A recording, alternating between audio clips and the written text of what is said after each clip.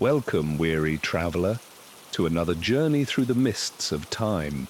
It's a pleasure to have you here, settling in for a bit of calm, immersive history to relax to. Before we begin our tale, I'm curious, where in the world are you listening from at this very moment? What does the sky look like outside your window? Is it the dark of night or perhaps a drowsy afternoon? Do share in the comments below. I'd love to know, and if you enjoy these quiet meanderings through yesteryear, designed to inform and soothe in equal measure, consider subscribing so you never miss an episode. There's something undeniably cozy about drifting off to the gentle cadence of history, and I'm honored to be your guide. Tonight, we venture to a world distant and strangely familiar. The harrowing existence of criminals in medieval times, an age of brutality and betrayal, yes, but also of daring exploits, wrenching remorse, and the enduring power of the human spirit against all odds. So make yourself comfortable, dear listener, and let us step back through the centuries to a time when survival was a daily battle, and the line between outlaw and hero was oft blurred indeed. Medieval Europe, that tumultuous period spanning roughly the 5th to the 15th centuries, was in many ways a world apart from our own. The rhythms of life were dictated by the turning of the seasons, the tolling of church bells, the iron grip of the feudal system. For the vast majority, it was an existence of unrelenting hardship, a constant struggle against famine, plague, and the whims of one's betters. In this unforgiving landscape, is it any wonder that some were driven to the fringes, forced to resort to thievery and violence to keep body and soul together? Highway robbers haunted the wooded roads, cut purses prowled the marketplaces, and bandits became folk heroes to the downtrodden peasantry. Yet the medieval world was one of stark contrasts. Against the grime and squalor stood the glittering majesty of the royal court, the sacred hush of the cathedral, the soaring battlements of the castle. And it was from these seats of power that a harsh, unyielding justice was meted out to any who dared transgress. Public spectacles of torture and execution were a common sight, serving as both entertainment and dire warning to the masses. The stocks and pillory, the branding iron, and the gallows. These brutal instruments loomed large in the popular imagination, a reminder of the steep price to be paid for straying beyond the bounds of law and custom. But what of the individuals who found themselves on the wrong side of this pitiless system? What desperate circumstances drove them to risk life and limb, and what became of them in the end? These are the questions we'll be exploring in all their gritty, poignant detail. Through the mists of time, their stories call out to us. Tales of daring and defiance, of sin and redemption. The peasant highwayman, the charismatic bandit, the repentant killer. Each has much to teach us about the human condition and the thin line that separates any one of us from a life beyond the pale. So let us heed their whispers and walk a while in their footsteps, that we may better understand the cruel vicissitudes of fate that govern their world and perhaps in some small way our own. But first, a word of caution. The journey we're about to embark upon is not for the faint of heart. The medieval underworld was a grim and unforgiving place where life was often nasty, brutish, and short. But therein lies its morbid fascination. The knowledge that these were real people driven to extremes by circumstances we can scarcely imagine.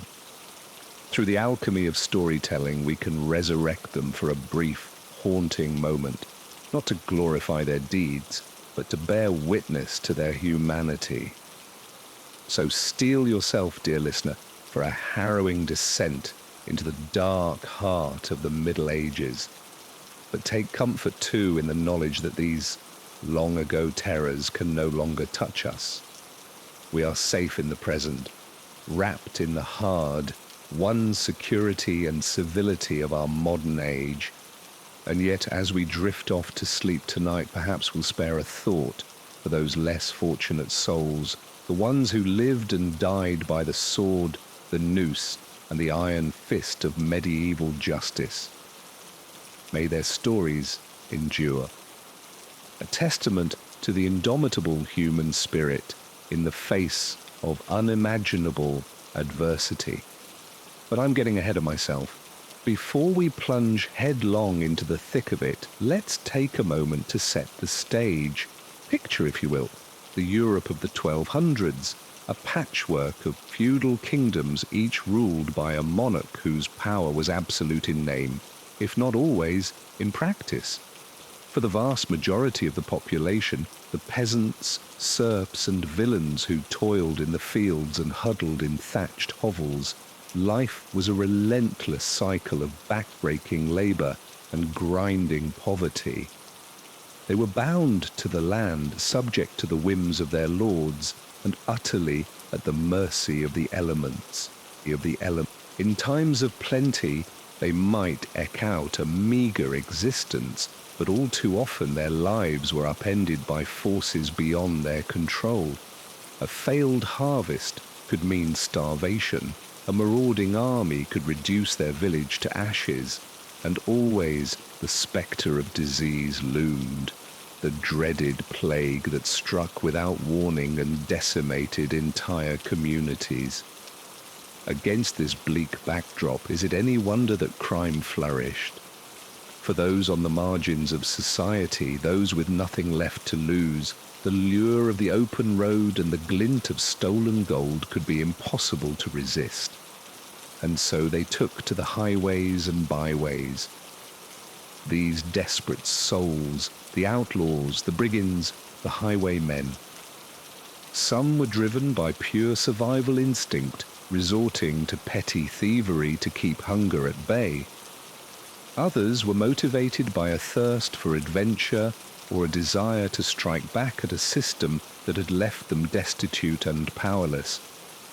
And a few, perhaps, were simply born bad, possessed of a wickedness that no circumstance could excuse. Whatever their reasons, these medieval malefactors would come to loom large in the popular imagination. Their exploits celebrated in ballads and penny dreadfuls, their grisly fates held up as cautionary tales. And it is into their world that we now venture, dear listener, a world of danger and desperation, of high-stakes gambles and brutal reckonings. But fear not, for I shall be your trusty guide, illuminating the dark corners of history with the flickering light of scholarship. Together we'll explore the social and economic forces that gave rise to medieval crime and the often horrific methods by which it was suppressed.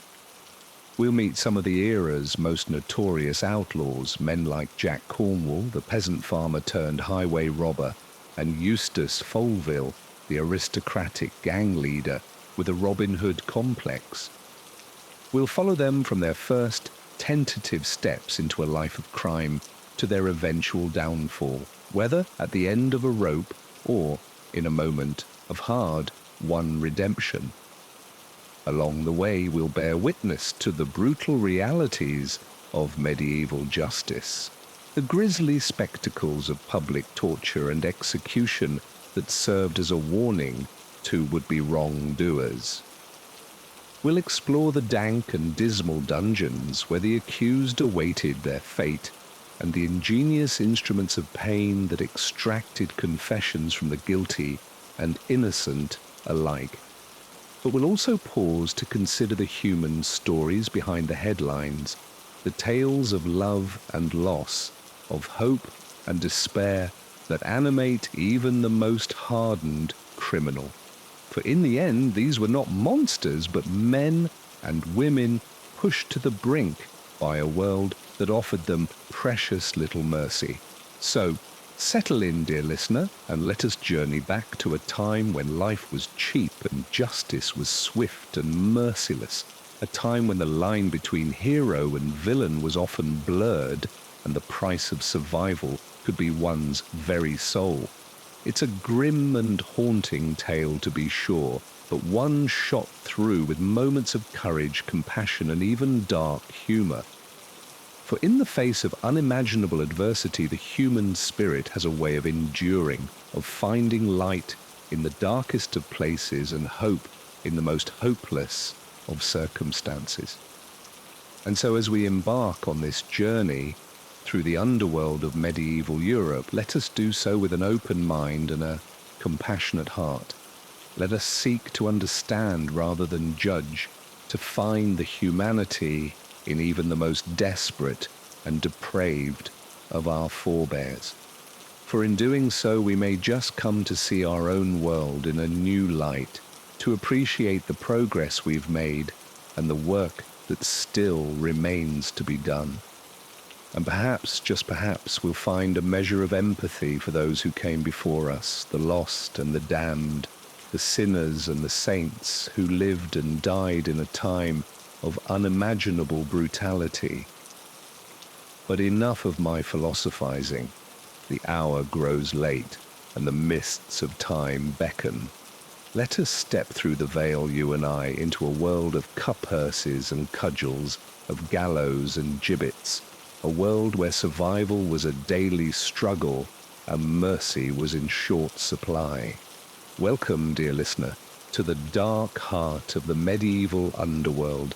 May you find here not only morbid fascination, but also moments of unexpected poignancy, glimmers of light in the gathering gloom. And may you emerge from this journey with a renewed appreciation for the fragile blessings of peace, prosperity, and the rule of law. But I've tried over long in setting the stage. The players await. The drama is about to unfold. So steel yourself, gentle listener, and let us descend together into the depths of the distant past. A past that is in some ways not so very distant at all. A past that echoes through the ages, whispering its secrets to those with ears to hear. Come then, let us heed its call and see what grim wonders await us in the annals of medieval crime and punishment. As we drift deeper into the sordid underworld of medieval crime, let us turn our gaze to one of the most infamous breeds of outlaw during this era, the charismatic bandit. While many highwaymen and robbers were driven to their illicit deeds by sheer desperation and poverty, a rare few seemed to revel in the thrill of the heist and the adoration of the common folk they claimed to champion. One such dashing rogue was Eustace Folville, a 14th century gentleman turned outlaw who became a veritable folk hero in the English Midlands.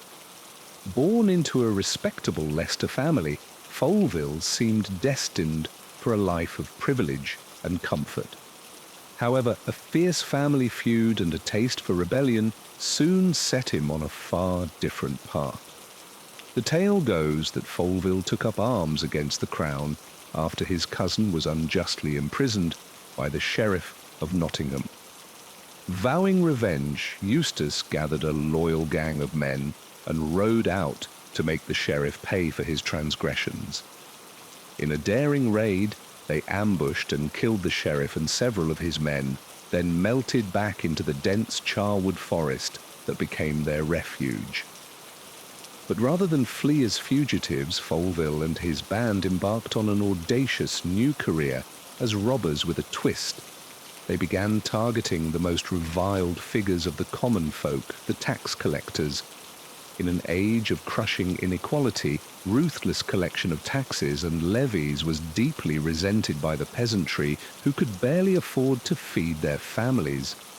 By relieving these collectors of their ill-gotten lucre, and perhaps lightening their own purses in the process, Folville's gang soon won the adoration of the masses. The most legendary of these heists took place in 1326, during the reign of King Edward II. On a foggy morning, Eustace and his men ambushed an unsuspecting royal caravan transporting taxes collected by the tyrannical Duke of Exat. The robbery was a smashing success, and while exact figures are uncertain, the haul was reportedly immense. But true to form, Foleville made certain a generous cut of the spoils found its way into the hands of the impoverished locals, winning their eternal gratitude and loyalty in return. Of course, such audacious crimes against crown and state would not go unanswered forever. Royal rights were issued denouncing Foleville as a notorious robber and offering a handsome bounty for his capture. The outlaw's family members were thrown in prison in hopes of drawing him out. Pauses of sheriffs and soldiers scoured the countryside for Eustace and his men. Yet through a combination of local support, daring evasion, and perhaps just sheer boldness, Eustace and his Foleville gang managed to elude capture for years. They became local legends. The gentleman thief and his merry men who robbed from the rich, gave to the poor, and mocked the powers that be. Embellished tales of Eustace exploits spread like wildfire through alehouses and marketplaces, growing in each retelling. Some stories claimed Eustace had a secret tunnel network beneath the forest to spirit away his loot. Others swore he could transform into a fox to evade pursuit by baying hound. Most famous of all was the tale of his archery contest with the devil himself, in which Foleville wagered his soul in a test of skill only to cheat the fiend with an impossible trick shot. As entertaining as such folk tales may be, the truth is we may never know the full details behind the legend of Eustace Foleville. What scraps of historical record remain suggest he did indeed lead a gang of highwaymen in Leicester for over a decade, robbing and killing at least a dozen men along the way. And in a strange twist of fate for an outlaw, Eustace was eventually pardoned by the very king who had long sought to hang him. In 1334, now middle-aged and weary of the fugitive life, Foleville threw himself on the mercy of the young King Edward III, and much to everyone's shock, received it. Historians suspect Foleville's pardon was granted in part because of shifting political winds at court that saw his enemies sidelined. Nevertheless, with his slayer slate wiped clean, Eustace Foleville retired to his family estates. A free and wealthy man, he lived out his remaining years as a respected local figure, serving as bailiff and justice of the peace of all things.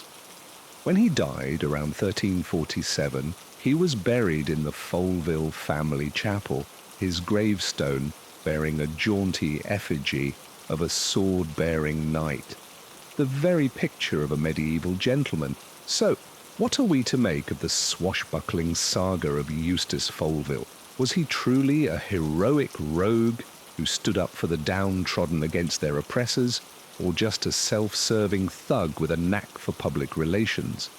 As is so often the case, the full truth likely lies somewhere in between. Like his spiritual successor, Robin Hood, a century later, Eustace was an outlaw who captured the public's imagination and cast himself as their champion, all while profiting handsomely off his crimes. Yet, in an age of such brutal inequality and injustice, perhaps even a bandit who could tweak the nose of the powerful and give the masses a taste of ill-gotten wealth seemed a hero. Though Eustace Foleville's swashbuckling days are long past, his legend endures as a reminder of how even in the medieval world's darkest corners, a spark of light could still capture hearts and minds. With a wink and a wandering hand, figures like Foleville gave the desperate a dose of hope, mirth, and mischief in lives so often starved for each. And while we may not endorse their methods from our cosy modern perch, we must concede these dashing outlaws injected a much-needed splash of colour into a very drab and dismal time. One can almost picture Eustace among his men in some musty tavern, regaling the eager crowd with his latest daring deeds as tankers clash and the minstrel plays. So let us raise a glass to Eustace Folville, the gentleman thief, forest fox and gallant rogue who tweaked the nose of tyrants and for a brief shining moment brought a touch of justice to an unjust age. Sweet dreams, dear listener, and watch for why foxes on the road. As the warm glow of Eustace's tale fades into the mists of history, we find ourselves drawn onward to explore yet another shadowy facet of medieval crime, one with a decidedly more somber and complex character. For while roguish bandits like Folville may capture our imagination, the reality is that the vast majority of medieval lawbreakers were not so dashing, nor their end so gentle. Next, we peer into the fraught and fearful world of crime and punishment for women in the Middle Ages. Beneath the grim, pious veneer of medieval society, dark currents of suspicion, superstition, and misogyny often flowed, sweeping untold numbers of women into the maw of justice. For a woman to be drawn into the criminal underworld of this era was a terrifying prospect indeed. The path to crime for medieval women was tragically often paved by simple desperation. With scant access to education, employment, or property rights, an unmarried or widowed woman faced daunting prospects for survival. Those who avoided abject poverty often found themselves trapped in the oldest profession, others, perhaps separated from family or fleeing abuse, resorted to begging, vagrancy, and petty theft to survive. Yet these so-called crimes of poverty left countless women exposed to the harsh, unyielding brutality of medieval law. Whereas their male counterparts might face a lashing or short jail stint, for such minor offences, female convicts routinely endured far worse. It was not uncommon for a woman to be subjected to savage floggings, public humiliation, or lengthy dungeon stays, often with little regard for the circumstances that led to their plight. Even more disturbing was the readiness with which medieval authorities could concoct charges of moral crimes against unruly or inconvenient women. The Inquisition was only too eager to extract confessions of witchcraft, heresy, and sexual impropriety from suspects via torture. Village gossip and jilted lovers could easily spark accusations that might see an innocent woman burned, drowned, or banished. The patriarchal paranoia of the time left women intensely vulnerable to such purges. Perhaps no female crime was regarded with more revulsion and fury in medieval times than that of infanticide. In an era of scant birth control and zero tolerance for unwed motherhood, untold numbers of desperate women resorted to the unthinkable. If discovered, the grisly act elicited no public sympathy, only swift and terrible retribution. Infanticidal mothers were routinely tortured, paraded in shame, and executed without mercy. One infamous case was that of Margaret Kitzstiner, a 17-year-old German peasant who drowned her newborn in a well in 1580. Arrested and interrogated, Margaret confessed under torture to not only infanticide, but that she was a witch who copulated with the devil. Further denounced by vindictive neighbours, poor Margaret was publicly humiliated, savagely lashed, and finally beheaded before a jeering mob. Tragically, while Kitzstiner's case is relatively well documented, the shocking scope of her cruel treatment was all too common for medieval women on the margins.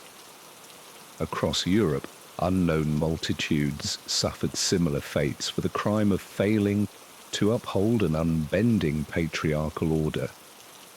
Even as we recoil at their actions, we cannot help but shudder at the misogynistic machinery of torment and death that awaited so many women. And so we pause to consider with mingled sorrow and anger the legions of tragic Margarets, the desperate, discarded and demonized who haunt the footnotes of medieval history. Theirs are the faces we cannot quite picture, the names left unrecorded, the injustices unredressed to the present day. We are left to wonder how many innocent lives were shattered under the pitiless hammer of a society that so feared the feminine.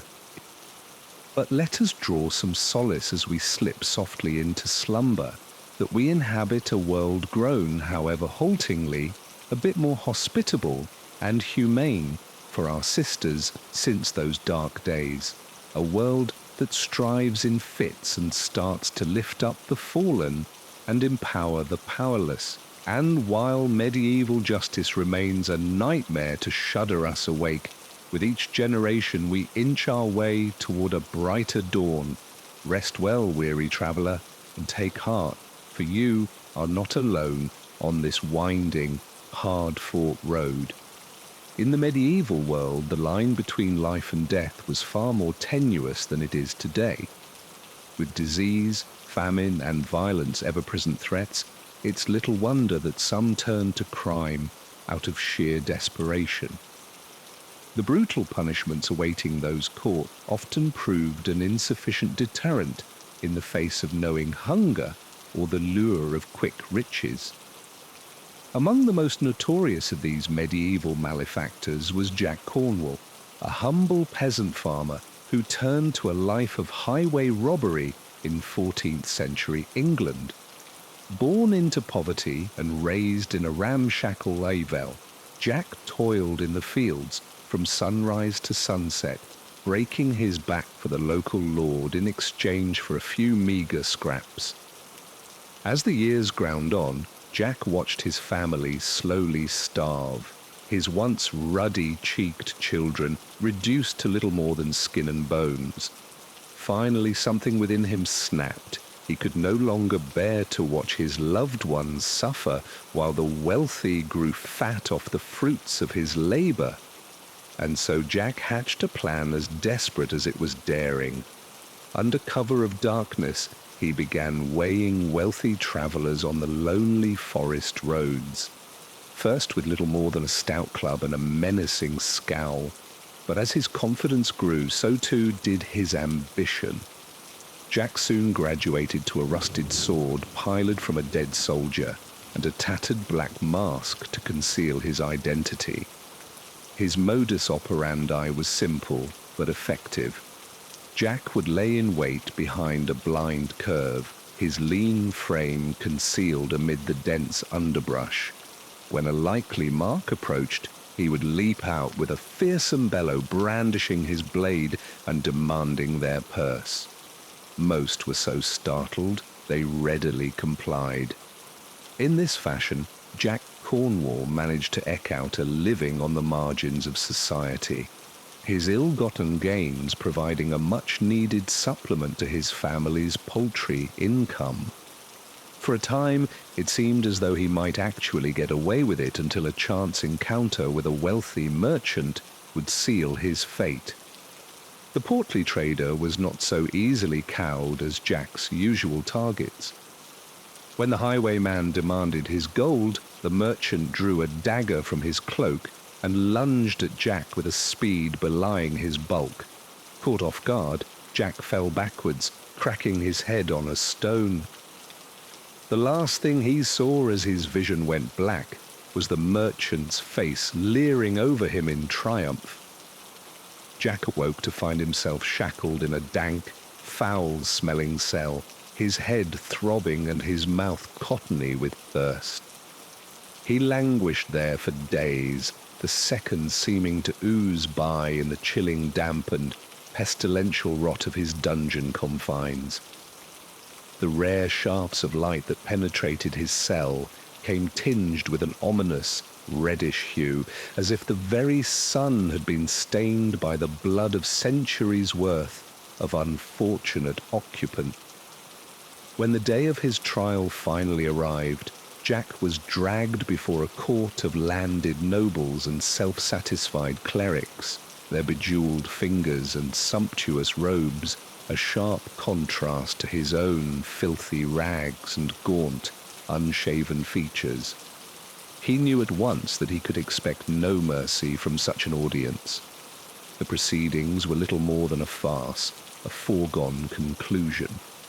The sneering merchant recounted Jack's attack in exaggerated detail, painting himself as the heroic victor over a deranged, bloodthirsty villain. No one asked Jack for his version of events. No one cared that his crimes had been driven by deprivation and despair, rather than greed or malice. In the end, the sentence was as swift as it was cruel. Death by hanging, to be carried out at dawn the following day. A hush fell over the courtroom, broken only by a strangled sob from Jack's wife, who had come to bear witness to her husband's fate. Babe in arms. That night in his cell, Jack stared at the stone walls, the guttering torchlight tracing capering demon shadows across their clammy expanse. He thought of his family, of the empty belly and broken heart his death would leave behind.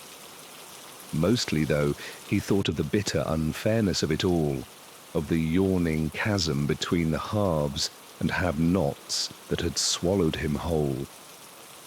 As the first pale fingers of dawn crept through the bars of his cell window, he almost welcomed the oblivion to come. They came for him at first light, a trio of burly guards who hauled him up from the filthy straw and dragged him stumbling out into the morning chill. A small crowd had gathered to witness his end, their faces a mix of pity, contempt, and morbid anticipation.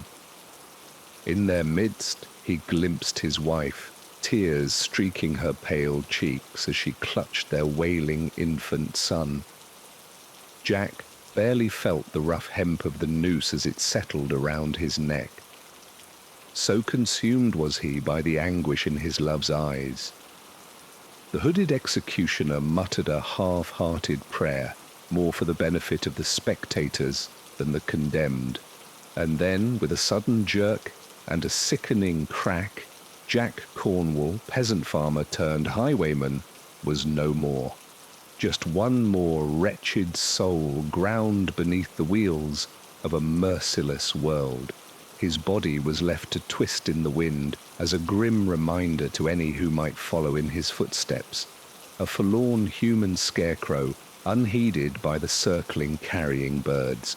Passers-by would later report that his lifeless face seemed etched with a profound sadness beyond mere death, an unending lament for the injustice that had defined his life and so many others like it.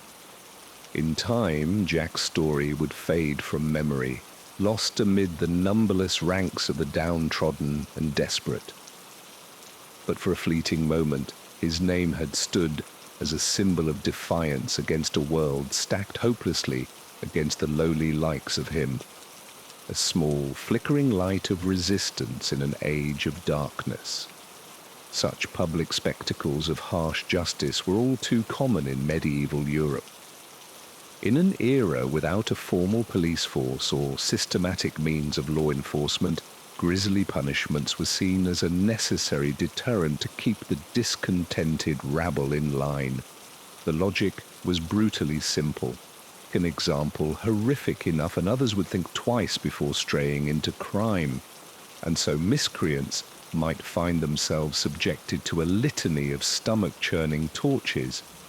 Flogging was a popular choice, the lash biting deep into quivering flesh until the victim's back was reduced to a raw, oozing checkerboard of welts and gashes.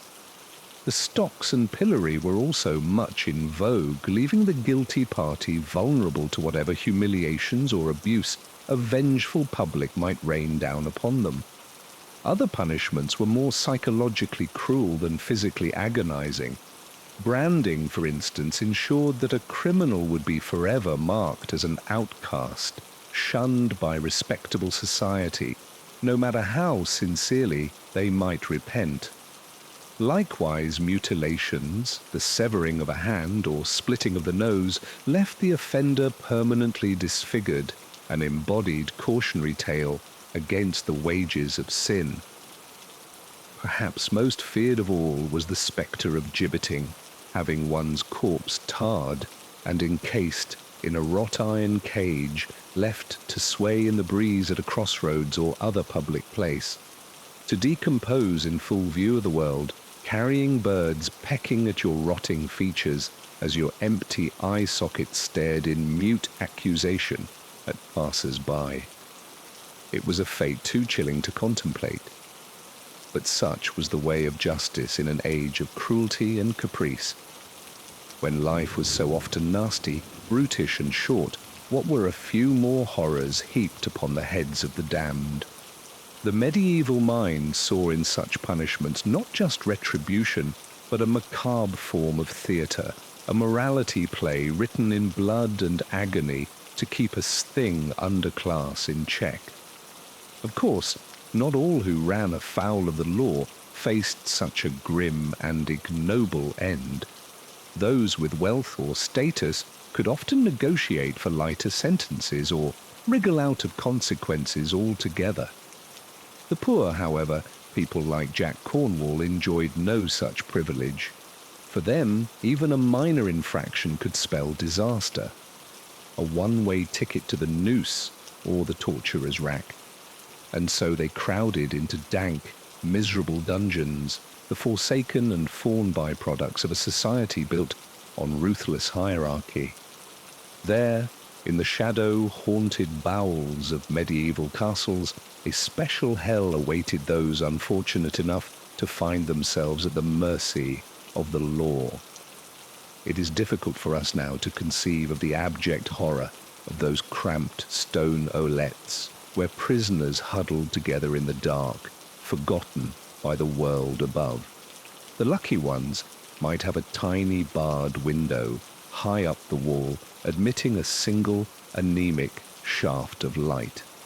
Unlucky may do with guttering torches or tallow candles, their fitful illumination scarcely piercing the gloom.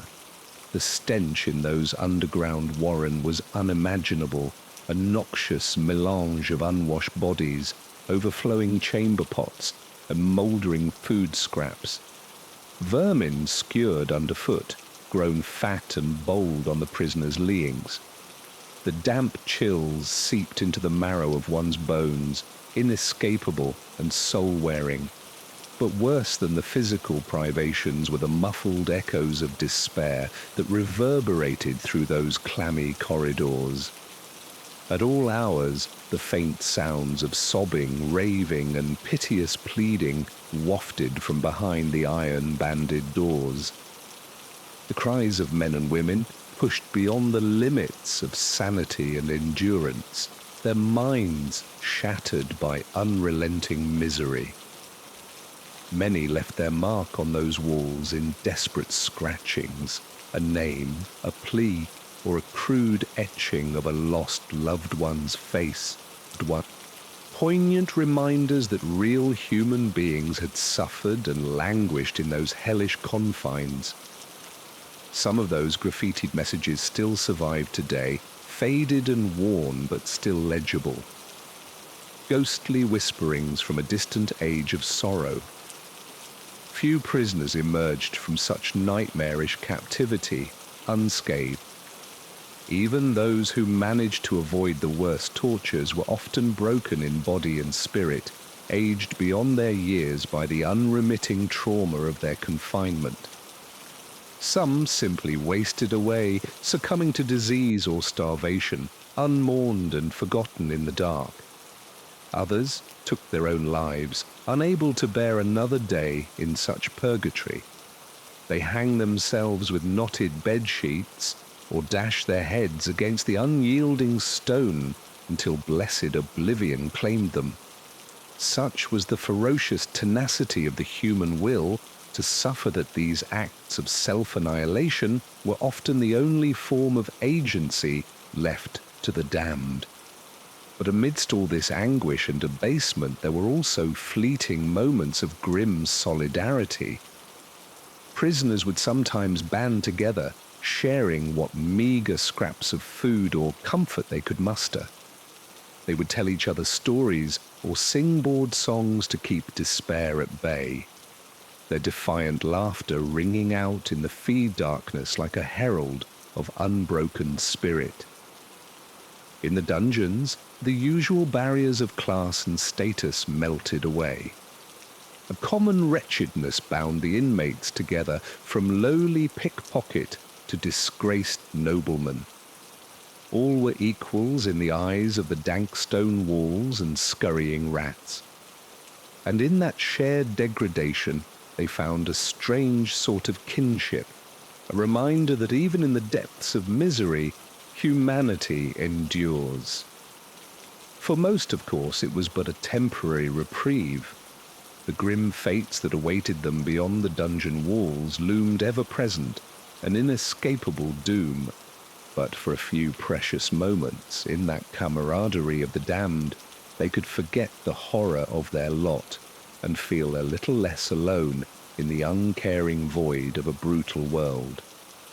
Such was the lot of the medieval prisoner, a descent into a lightless underworld of suffering and despair, where the only escape was often death itself.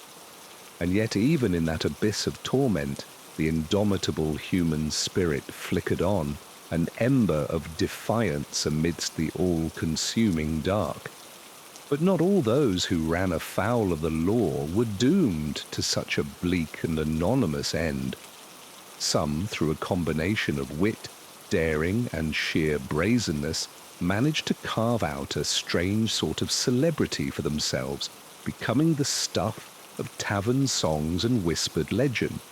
Such was the case with Eustace Folville, a dashing 14th century outlaw who charmed and beddled the English Midlands in equal measure.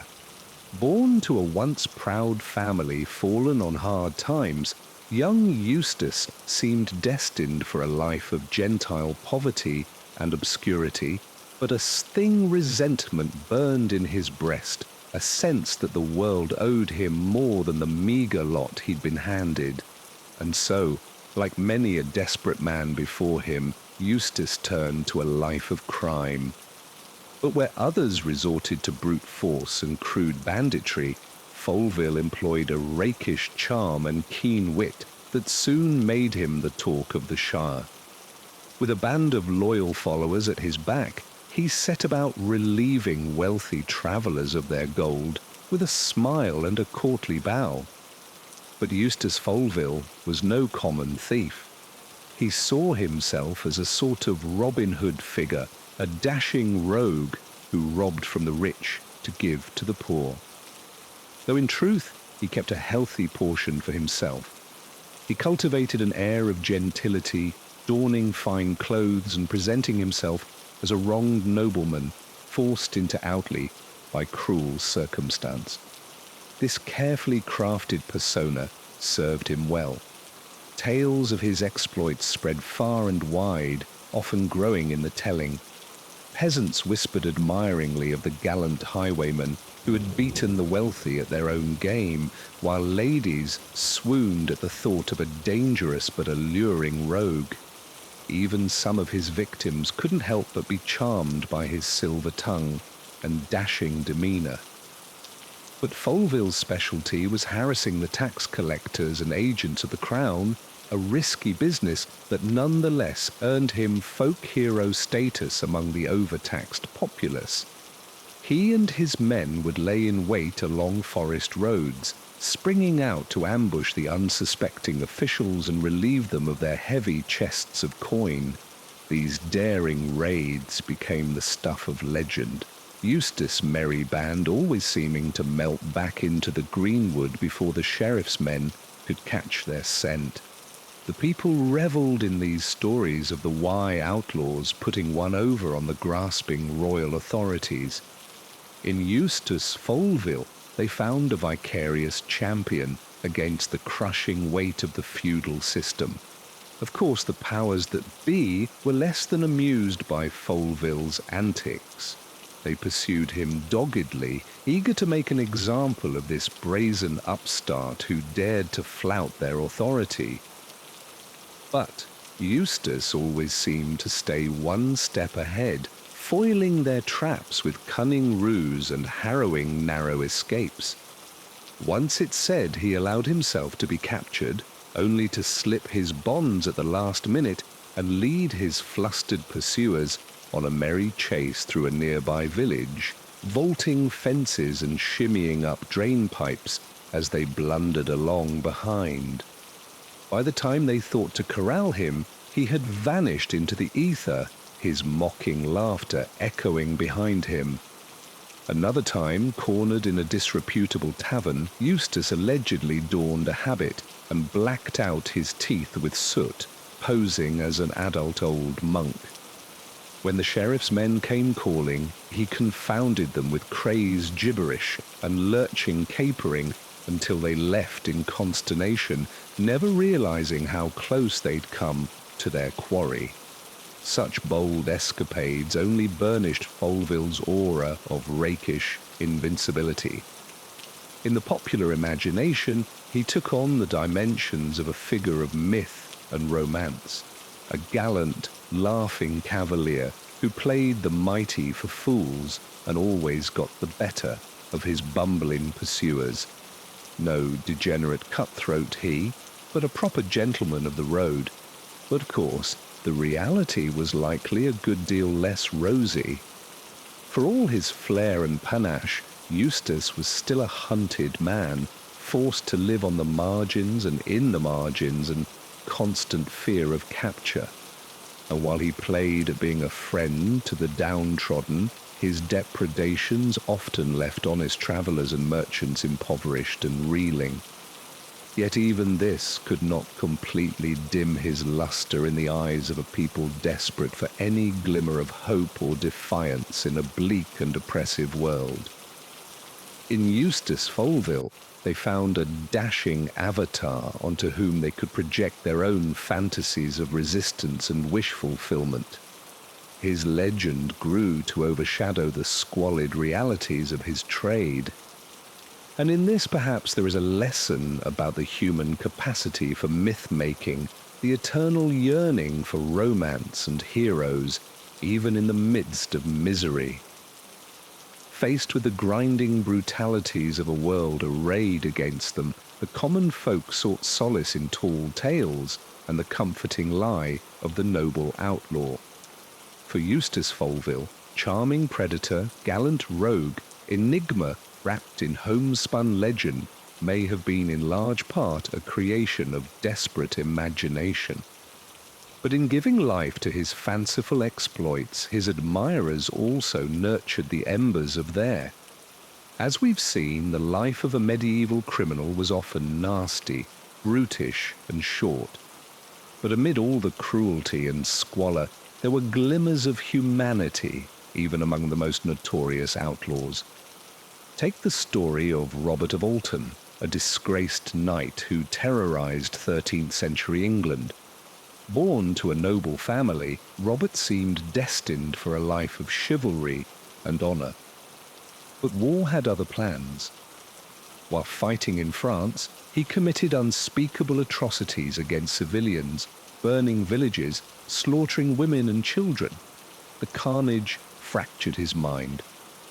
Robert returned home a changed man, his soul shattered and conscience unbound. Turning to a life of crime, Robert embarked on a one-man reign of terror across the English countryside.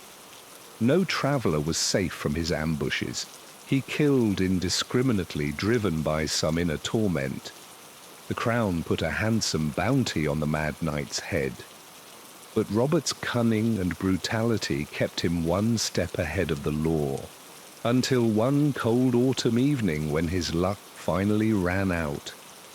Villagers he had been terrorizing lay in wait and captured Robert in a dramatic showdown. In chains, he was hauled before the magistrate to face a long list of heinous charges. The kingdom clamored for Robert's head. A public execution was hastily arranged, hanging, drawing, and quartering, to serve as a warning to other would-be bandits. The Mad Knight's fate was sealed. But a strange thing happened in Robert's dank dungeon cell as he awaited his grisly end. The killer began to repent.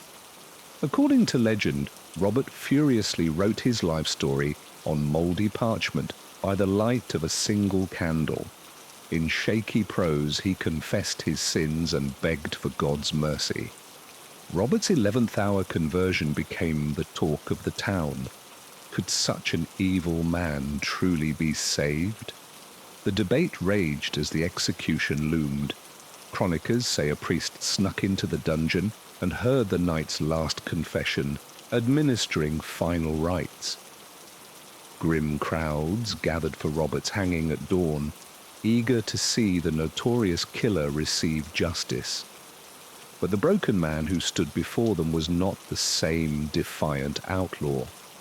Head bowed, Robert publicly recanted his crimes and begged the victims' families for forgiveness. As he stepped up to the gallows, Robert extended his bound wrist to the executioner and gazed to the heavens. "Lord," he cried out, "thy will be done." The noose snapped tight, and the knight went limp. His body left a twist in the wind as a macabre reminder.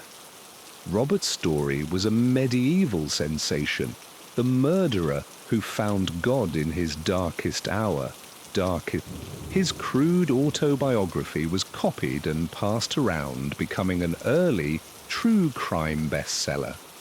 Some believed Robert's conversion was genuine, while others dismissed it as a desperate attempt to avoid damnation.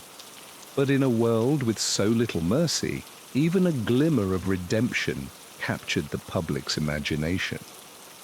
Robert's grisly end became a popular subject for gory medieval morality plays where his final penitence always earned an angel's pardon. In the end, Robert of Alton's story endures not because of his crimes, but because of his remorse. His is a very human tale of sin, punishment, and the hope of forgiveness. For even in the face of certain death, it is never too late to repent. While Robert's violent exploits may have been extreme, his yearning for salvation was not unique. Across the Middle Ages, many criminals sought to make peace with God before facing the executioner. The Church held powerful sway, and the promise of divine mercy was often a condemned man's last comfort. Medieval execution rituals were designed as much for spiritual redemption as physical punishment. Proceedings often began with an elaborate public mass, where the condemned would receive last rites. A priest would then escort the criminal to the scaffold, urging repentance and leading prayers. Even the execution itself took on a perverse religious ceremony at times. According to some accounts, crucifix-shaped gallows were used so that felons could die in the same manner as Christ. The spilling of their blood was symbolically linked to holy sacrifice. After the grim deed was done, a final indignity awaited most executed criminals: dissection.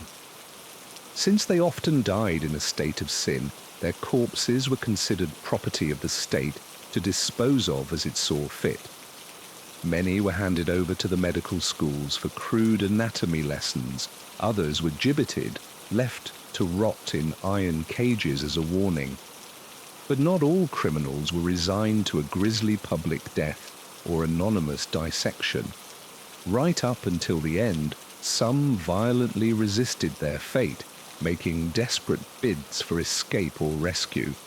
Others faced the news stoically, stubbornly refusing to repent or beg for mercy. A few even used their execution as a final act of defiance against authority. The execution scaffold could become an early speaker's corner. Condemned outlaws might denounce the corrupt system that had doomed them, or passionately plead their case to the gathered crowds. In 1305, Scottish rebel William Wallace famously used his last breath to cry out for freedom before being hanged, drawn, and quartered. His final shout of mercy was not a plea for himself, but for the common people suffering under English tyranny. As word of such dramatic executions spread, a few doomed criminals seized their chance at immortality, determined to be remembered as martyrs and folk heroes. For men and women with little power in life, choosing how they faced death was their last chance to shape their own legacy.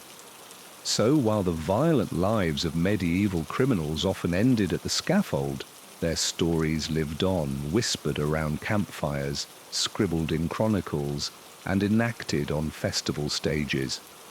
In a largely illiterate society, tales of daring outlaws, jailhouse repenters, and defiant martyrs became a form of medieval pop culture. For peasants ground down by poverty and powerlessness, these criminal legends were a source of grim fascination and vicarious thrills. They offered a glimpse of adventure beyond the drudgery of feudal life.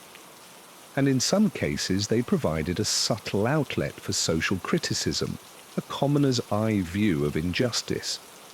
Of course, we must be wary of romanticizing the criminals of the Middle Ages or reading too much into their enduring tales.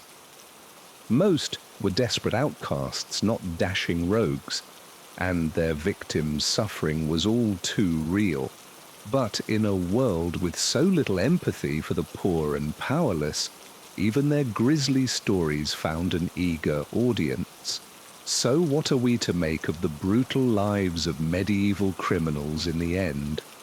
On one level, they simply reflect the harshness of their era, a world of rampant inequality, cruelty, and superstition. Theirs was not a romantic age, but a pitiless one that drove many to unspeakable deeds. But if we listen closely to whispers of humanity amid the horror, a more nuanced picture emerges. Behind every medieval outlaw tale is a real person pushed to the brink by hardship, broken by trauma, or twisted by unchecked power. Their crimes may repel us, but their all too human flaws and yearnings still resonate across the centuries. We see in them echoes of our own potential for both cruelty and redemption. How many of us ground down by poverty and pain might be capable of terrible things? In the end, perhaps the true value of pondering these long-ago criminal lives is the empathy it stirs in us. A recognition of our common frailties and hopes for all our modern sophistication. Are we really so different from our medieval forebears, stumbling through a world that is often brutish and unfair? As you drift off to sleep, let your mind wander back to those distant days of chainmail and dungeons, plagues and putrid streets. Imagine yourself in the place of some scrawny medieval peasant gazing up at the severed heads above the town gates. What flickers of life, however unfortunate, once animated those vacant eyes? Hold that thought as you slip into dreams, your warm bed a world away from a cold stone cell. Breathe in gratitude for our relatively gentle modern age. The monstrous criminals of the Middle Ages have long since molded to dust, but their very human stories linger, inviting us to ponder the crooked timber of our species. And so our grim historical tour draws to a close. The next time you find yourself grumbling about some petty modern inconvenience, cast your mind back to the short, ungentle lives of medieval criminals. Suddenly that long line at the DMV might not seem so dire. Progress may be imperfect, but it's a hard-won gift. Sleep well, dear listener, and dream of kinder centuries. Let the muffled sounds of the modern world, the hum of late-night traffic, the muted barks of neighborhood dogs soothe you into slumber. How lucky are we to drift off without fear of barbarians at the gates or brigands in the shadows? Our world is still far from perfect, of course, but it's a far cry from the desperate, disease-ridden societies that drove so many medieval men and women to unspeakable deeds. We may yet build a civilization where fewer fall through the cracks into brutality. The arc of history is long, but perhaps it bends toward mercy in the end. So rest now and savor these last drowsy moments of wakefulness, poised between the dark dreams of history and the gradual dawn of a better world. Let the hard-earned lessons of the past whisper into your waiting ears, and may your sleep be sweet and your tomorrows ever more gentle. As we've seen, the life of a medieval criminal was often brutish and short, shaped by the harsh realities of poverty, inequality, and a ruthless justice system. But amidst the darkness, there were also flashes of defiance, ingenuity, and even gallantry from those who lived outside the law. Take the case of Adam the Welshman, a Wye outlaw who haunted the wilds of northern England in the early 14th century. Born to a poor family in the rugged hills of Wales, Adam turned to a life of crime as a young man, driven by a combination of desperation and thirst for adventure.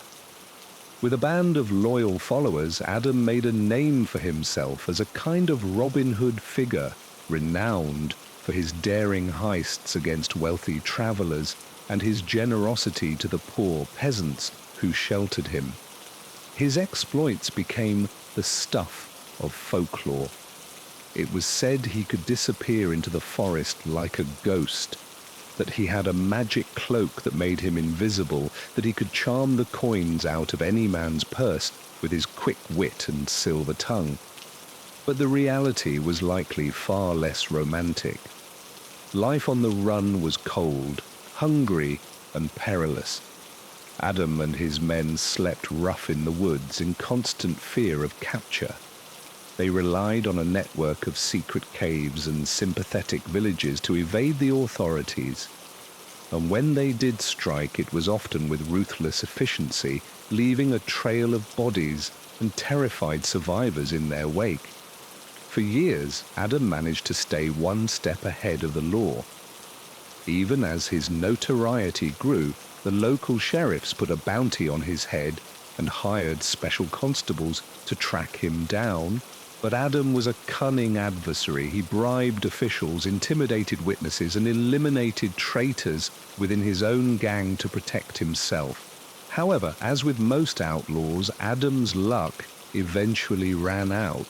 Betrayed by a jealous lover, he was ambushed by a posy of armed men in a small village where he had gone to visit his mother. A fierce battle ensued, but Adam was severely outnumbered.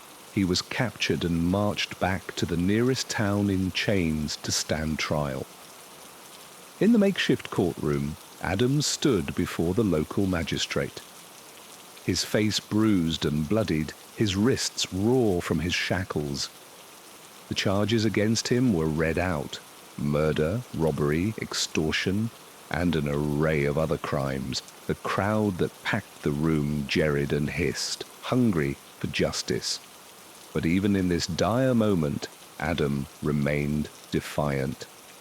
According to legend, when the magistrate asked him if he had any last words, Adam flashed his trademark grin and quipped, "Aye, my lord, I may hang for my crimes, but at least I had the courage to live free, which is more than I can say for these bootlickers and sycophants you call subjects."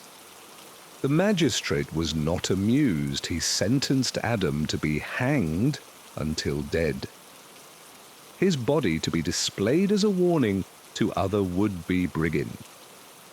The execution was carried out swiftly in the town square, attended by a braying mob of peasants and merchants who cheered as the life drained from the outlaw's body. In death, Adam the Welshman passed into legend, the dashing rogue who defied the wealthy and powerful, the merry trickster who eluded capture for so long, the martyr who died a criminal but lived as a free man. Ballads were sung of his exploits for generations, even as the details grew more fanciful with each telling. But for every Adam the Welshman, for every romanticized outlaw hero, there were dozens more petty thieves, cut-purses, and highwaymen who met a miserable end with little fanfare. The vast majority of medieval criminals were desperate, damaged souls pushed to the margins by a brutally unequal society and forced to prey on each other to survive. Take the story of Will Scathlock, a simple cottager from Sussex who, in a fit of drunken rage, bludgeoned his wife to death with a shovel in 1432. A habitual drunkard and a brute, Will was well known in his village for his foul temper and his quick fist. His long-suffering wife, Mary, bore the brunt of his abuse for years until that fateful night when he finally went too far. Realizing what he had done, Will fled into the woods, leaving his wife's broken body for their children to find in the morning. For months, he survived by stealing scraps from rubbish heaps and slaughtered livestock from fields, slowly losing his mind from guilt, paranoia, and starvation. He was finally caught by the local reeve, curled up half dead in a drainage ditch, mumbling incoherently. Hauled before the manor court, he openly confessed to his crime and begged for mercy. But there was no mercy for a wife killer in those days. Will was sentenced to be pressed to death, a slow, agonizing execution where heavy weights were piled on the condemned's chest until they suffocated. As he lay gasping on the ground, feeling his ribs crack and his lungs collapse under the crushing load. Will Scathlock must have reflected on the bleak trajectory of his life, the poverty, the squalor, the constant gnawing hunger in his belly, the anger seething in his heart at a world that had given him nothing but hardship and pain. With his last breath, he rasped out a warning to the gathered crowd. "Beware the demon drink, friends. It made me a monster and brought me to this wretched end." Will Scathlock's story was all too common in an age where grinding poverty, rampant alcoholism, and unchecked domestic violence created a perfect storm of human misery. Like so many of his fellow criminals, Will was a product of his cruel, unforgiving environment. A man whose worst impulses were sharpened to a murderous edge by the daily struggle of medieval life. But there were some who managed to rise above their circumstances and achieve a measure of infamy, if not outright fame, through their audacious crimes. One such figure was Jondalson, a 14th century Breton noblewoman turned pirate queen who terrorized the English Channel for over a decade. Jaun's story began as a fairy tale romance. As a young girl, she was married off to a wealthy Breton lord named Olivier de Clisson. By all accounts, it was a happy union, blessed with several children and a life of luxury and privilege. But their idyllic world was shattered in 1343, when Olivier was captured by the English during the Breton War of Succession and publicly beheaded as a traitor. Jean was consumed by grief and rage at the unjust execution of her beloved husband. According to legend, she took her 2 young sons to witness their father's gruesome death, then made them swear a blood oath on his severed head to avenge him. Determined to make the English pay for their crime, Jean sold off her estates and used the money to finance a pirate fleet of her own. She had her ships painted black and their sails dyed blood red, earning her the nickname the Lioness of Brittany. With her sons and a crew of bloodthirsty mercenaries, she set out to wreak havoc on English shipping lanes. For 13 years, Jean de Lesson was the scourge of the Channel, capturing and pillaging dozens of English merchant vessels. She was renowned for her ruthlessness, personally beheading any English nobleman she captured and hurling their bodies into the sea. Her exploits became so notorious that the English crown put a massive bounty on her head, but she always managed to elude capture. As her pirate career flourished, Jean used her wealth to build a network of spies and informants across Europe, funneling vital intelligence to the French king to aid in his war against the English. She even bankrolled several assassination attempts against English nobles, though none were successful. But time and tide wait for no one, not even a pirate queen. As she entered her 50s, Jean's health began to fail and her bloodlust finally cooled. After a particularly harrowing battle in 1356, where she was nearly captured, she decided to retire from piracy and live out her days in quiet obscurity. According to some accounts, Jean retreated to a remote castle on the Brittany coast, where she devoted herself to prayer and good works, trying to atone for her violent past. Other tales claim she simply vanished without a trace, her ultimate fate lost to history. Whatever the truth, there is no denying that Janda lived a remarkable life, even by the turbulent standards of the Middle Ages. She was a woman who defied every convention of her time, a noble woman who became a criminal, a wife who became a warrior, a mother who became a legend. In many ways, Jean's story embodies the strange contradictions of the medieval underworld, the blurring of lines between hero and villain, victim and perpetrator, justice and vengeance. In an age of stark brutality and rampant injustice, perhaps it's no wonder that some turn to crime as a means of asserting their humanity, of seizing some small measure of control over their destiny. As we contemplate these tales of daring outlaws and desperate cutthroats, it's tempting to romanticize their lives, to project our modern sensibilities onto their struggles. But we must remember that the reality of medieval crime was far bleaker than any ballad or legend would have us believe. For every flamboyant bandit king or pirate queen, there were countless anonymous wretches who lived and died in squalor, their brief, miserable lives snuffed out by disease, starvation, or the noose. The vast majority of medieval criminals were not dashing rogues or defiant rebels, but broken souls ground down by poverty, ignorance, and cruelty.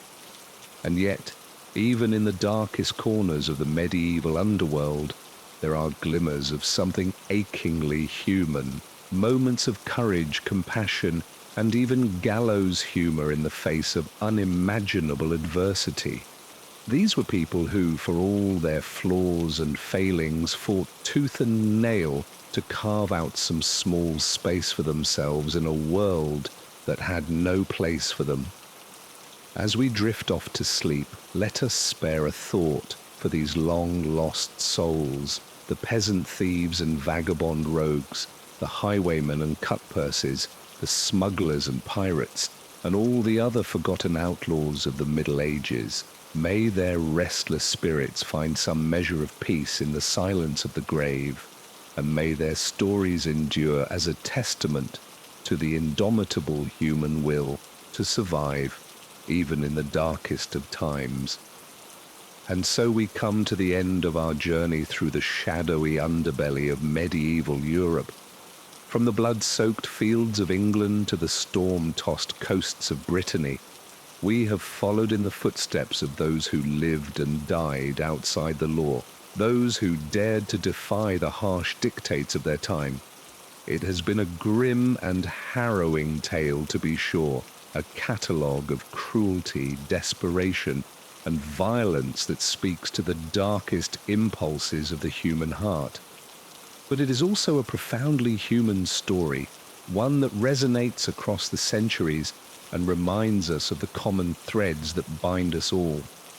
For in the end, are we not all outcasts in our own way? Are we not all struggling to find our place in a world that can seem cold, unfair, and indifferent to our suffering? The medieval criminal, for all his sins and sorrows, is a mirror held up to our own souls, a reminder of our shared frailty and our shared strength. So let us not judge them too harshly, these lost and lawless souls of ages past. Let us instead remember them with empathy and understanding as fellow travelers on the winding road of life. And let us take comfort in the knowledge that no matter how dark the night may seem, the dawn will always come, bringing with it the promise of a new day and a chance to start anew. Rest now, weary traveler, and let the echoes of history lull you into a deep and dreamless sleep.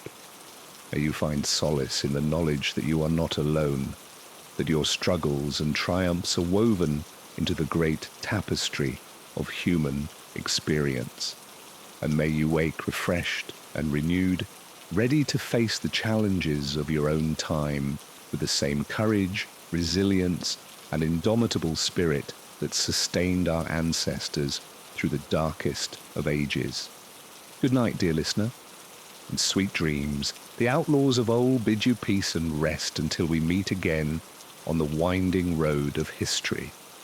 The highway robbery exploits of Jack Cornwall soon became the talk of every tavern and town square across England. Ballads were composed extolling his daring and cunning in outwitting the king's men. But fame is a fickle mistress for an outlaw. The more renowned Jack became, the more urgently the authorities sought to apprehend him. In the summer of 1381, Jack's luck finally ran out. After a daring heist on a tax collector's carriage in Warwickshire, he was betrayed by a member of his own gang for the sizable bounty on his head. The informant led the local sheriff and 24 armed men to Jack's forest hideout, where he was arrested after a brief but fierce scuffle. In chains, Jack was hauled before the King's Justice in London to answer for his litany of crimes against crown and God. The judge, an ancient, shriveled man with a permanent scowl, was unmoved by Jack's roguish charms. In a severe voice, he sentenced the highwayman to a traitor's death to be hanged, drawn, and quartered in front of a jeering crowd. On the morning of his execution, Jack was dragged from the squalid confines of Newgate Prison to the public gallows at Tyburn. A festive, bloodthirsty mood hung over the thousands of spectators, jostling for a better view of the gruesome spectacle to come. Vendors peddled meat pies and ale to the excited mob as Jack was led up the scaffold steps. Filthy and emaciated from weeks in the dungeon, Jack nonetheless flashed his trademark smirk as the executioner fitted the noose around his neck. "No man lives forever," he quipped to the hooting crowd. "I only regret I have but one life to give for my merry old England." At the signal, the trapdoor swung open, and Jack plummeted to the end of the rope with a sharp crack. After strangling for several minutes, his body was cut down, and while still alive, his entrails were pulled from his slit belly as he screamed in agony. Finally, the executioner hacked his body into 4 pieces with an axe to be displayed above the city gates as a grim warning to other would-be outlaws. Jack Cornwall's grisly demise was a reminder of the merciless punishments awaiting those who dared defy the social order in medieval England. For kings and commoners alike, public executions and tortures served as a form of brutal entertainment as well as an instrument of state terror. Public spectacles of pain and death were considered a vital part of the justice system, a deterrent to crime as much as a means of vengeance. Crowds would gather in a festival-like atmosphere to jeer and laugh as the condemned were subjected to agonizing orals before facing the ultimate penalty under the law. For petty crimes like theft, branding was a common punishment. The accused would be held down as a red-hot iron was pressed into the flesh of their hand, face, or chest, leaving them permanently marked as a criminal. Repeat offenders could expect to lose a hand or a foot as punishment. Such mutilations left the convicted as social outcasts, unable to find honest work, even if they wanted to reform. More severe crimes called for even ghastlier sentences. Murderers, rapists, and heretics were often sentenced to death by burning at the stake. The condemned would be tied to a wooden post atop a pile of kindling in the town square. As crowds looked on, the executioner would set the wood ablaze, and the victim would be slowly consumed by the flames, thrashing and shrieking until they succumbed to the smoke and searing pain. Traitors to the crown could expect the most diabolical fates of all. As Jack Cornwell experienced firsthand, in addition to hanging, drawing, and quartering, some were sentenced to be boiled alive in a cauldron of water, oil, or even molten lead. Their agonized screams would fill the air as their skins sloughed off and their internal organs cooked inside them. Such stomach-churning brutality may seem incomprehensible to modern sensibilities, but in a medieval world plagued by rampant crime, violence, and disorder, horrific public tortures served as a social glue of sorts. They unified the law-abiding against the lawless and created a climate of terror that made defying the authorities unthinkable for most. Of course, not all criminals were caught or punished. Many of the most desperate and daring managed to elude justice, at least for a time. Their stories became the stuff of folklore, a grim fascination for the poor and downtrodden who lived vicariously through their exploits. One such figure was Eustace Folville, the so-called merry bandit who haunted the highways and forests of 14th century Leicestershire. Born into a once prosperous family of landed gentry, Eustace fell on hard times as political intrigues and shifting allegiances cost the Folvilles much of their wealth and status. Facing destitution, Eustace and his brothers took to a life of crime as outlaws in the dense woodlands surrounding their ancestral home, Ashby Folville Manor. But while they were motivated by desperation, the Folville gang soon discovered they had a knack for the bandits' trade. Clad in Lincoln and armed with long bows and broadswords, Eustace and his men would lay in wait along lonely forest roads. When wealthy travellers or cargo wagons came into view, the band would spring from the greenwood bawling, lusty war cries. Stunned and outnumbered, most victims quickly surrendered their coin and goods. Those who resisted could expect a swift arrow to the chest or a crushing blow from a quarter-staff. But Eustace was said to forbid his men from harming women, children, or Peniel's peasants. Indeed, he became something of a local Robin Hood figure, famous for his gallantry and generosity to the poor. According to legend, Eustace once waylaid the carriage of a Effish bishop, travelling through Charnwood Forest with a cargo of silver plate and jewel-encrusted reliquaries.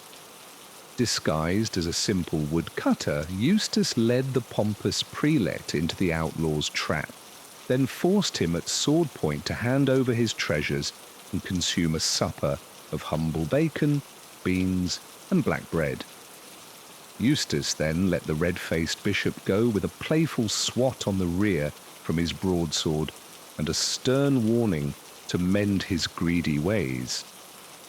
For the rest of his days, the clergyman was said to leave a place at his banquet table for any poor stranger who might pass by seeking alms or a meal.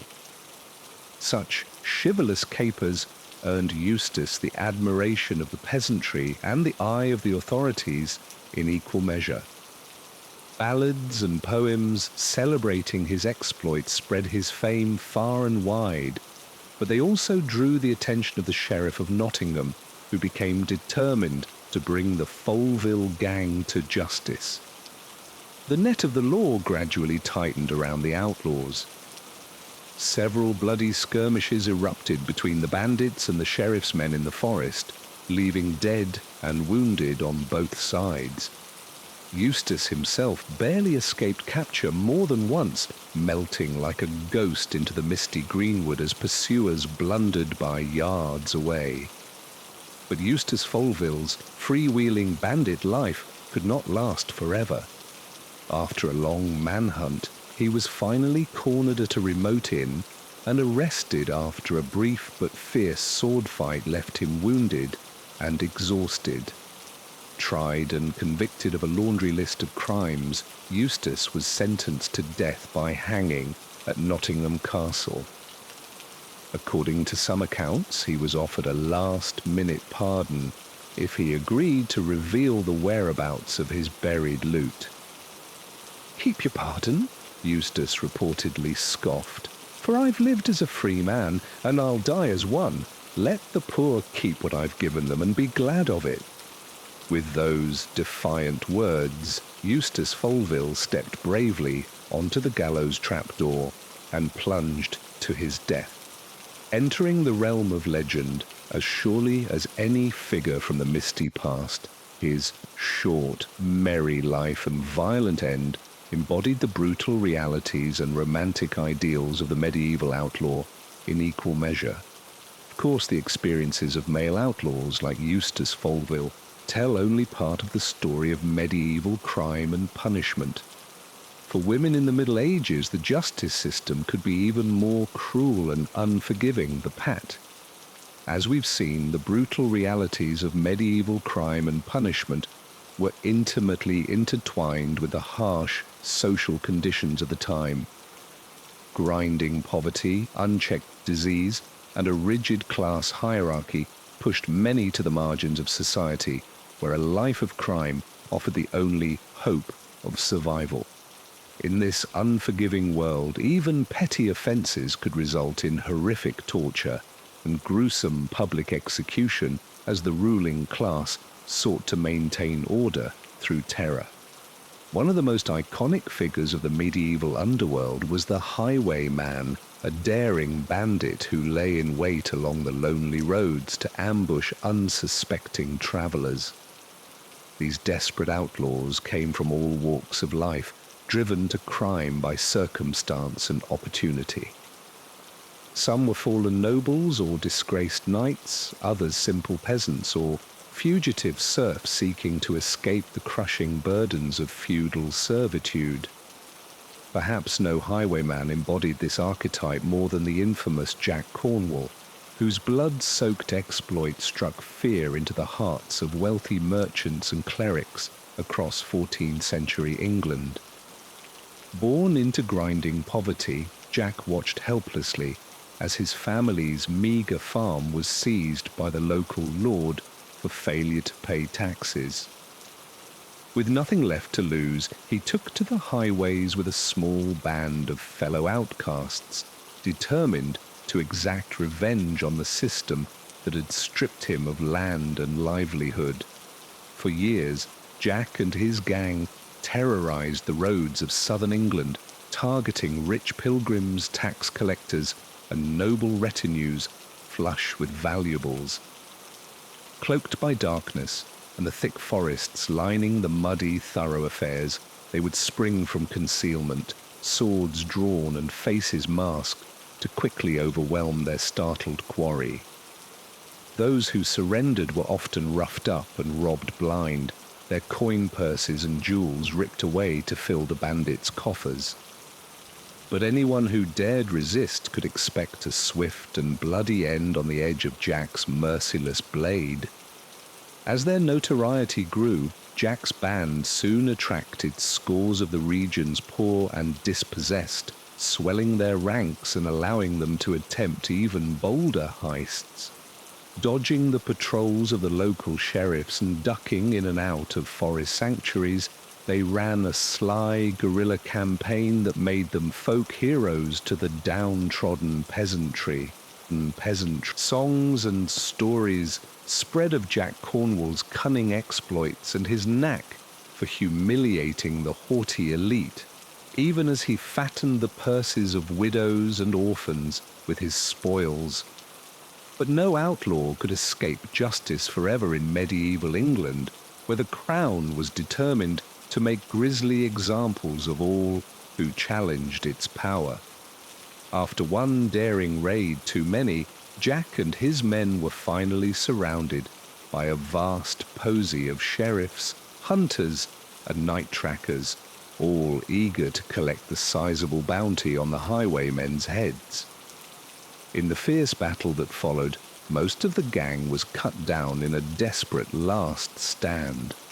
A wounded Jack managed to slip away into a nearby bog, but his freedom was short-lived. Feverish and weak from loss of blood, he was discovered unconscious by hounds and hauled in chains to the Tower of London to await the King's justice. Crowds thronged the muddy square on the day of Jack's execution, eager for the morbid spectacle of a celebrity criminal's demise. Hauled before the jeering mob, an emaciated Jack was made to endure one last ordeal, his crimes read out by a sneering baif over the catcalls and rotten produce hurled by the audience. The sentence was as swift as it was brutal, drawing and quartering the grisly fate reserved for only the most notorious traitors to the crown. As the executioner sharpened his blades and the cart trundled forward to the site of butchery, Jack Cornwall reportedly turned to his captives with a sly grin, quipping, "I only ever fought for my share of the world's plenty, same as any lord or bishop. Perhaps in death I'll find the justice so lacking in this life." Whether Jack truly uttered such words we'll never know. But in that final sardonic defiance, he crystallized the spirit of the medieval outlaw. A rebel to the last against the suffocating strictures of his time. With a nod, Jack commended his soul to God as the horses strained forward and the first cuts bit deep. In an explosion of blood and agony, one of the most legendary highwaymen of the Middle Ages was ripped under. His head deftly shorn off by the axeman to join the other grinning skulls at Top London Bridge. The pieces of his body were sent to the four corners of the realm as a hideous warning to any who dared follow his example. Yet Jack's memory would long outlive his mutilated remains, whispered in taverns and roadside inns as a folk hero cut down by the ruthless powers that be. In this telling, his death was not a defeat, but an apotheosis, an immortal rebuke from beyond the grave to the bloated lords and clerics who grew fat on the suffering of the poor.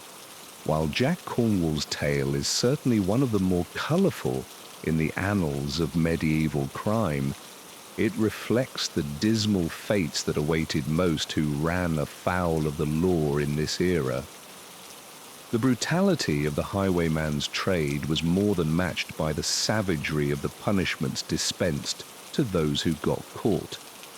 In a time before standing police forces or professional jailers, justice retained the primal simplicity of tooth and claw, striking mortal terror into would-be malefactors with the grisly spectacle of public execution and torture.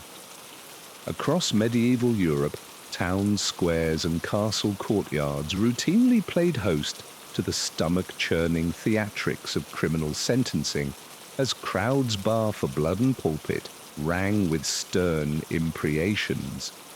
Thick-necked executioners plied their trade with workmanlike gusto turning living transgressors into object lessons in the certainty of divine judgment and royal retribution. The methods employed spanned a skin-crawling array of brutality and fatal ingenuity, all carefully calibrated to deliver maximum suffering and ignominy to the condemned. For pettier crimes like poaching, scolding, or public drunkenness, miscreants might be locked into the stocks or pillory. Wooden restraints that held head and hands fast for the gleeful abuse of the masses, with arms and noggin helplessly fixed in place. Offenders were forced to endure a barrage of jers, chamber pot slops, and mouldering produce for hours or even days. The rotting detritus seeping into eyes and clotting hair until their release left them stumbling, half-blind and reeking. More serious infractions like burglary, forgery, or sodomy saw the guilty subjected to agonizing public floggings and mutilations, with barebacks flayed to gory ribbons by the lead-tipped cat. 9 tails and noses or ears deftly shorn away by a razor-edged dirk. Thieves and pickpockets were often branded on hand or forehead with a sizzling iron, leaving them permanently scarred as pariahs to be shunned by the honest for fear of guilt by association. But even these grim orals palled before the dark creativity unleashed upon perpetrators of the most heinous crimes: treason, heresy, witchcraft, and murder. For these transgressors, the cunning torturers of the Middle Ages dreamed up a hellscape of exquisite agonies designed to inflict maximal suffering and ignominy before death's sweet release. Some, like Jack Cornwall, were drawn and quartered, lashed, spread-eagled between 4 straining horses until their joints cracked and flesh peeled away in gory strips.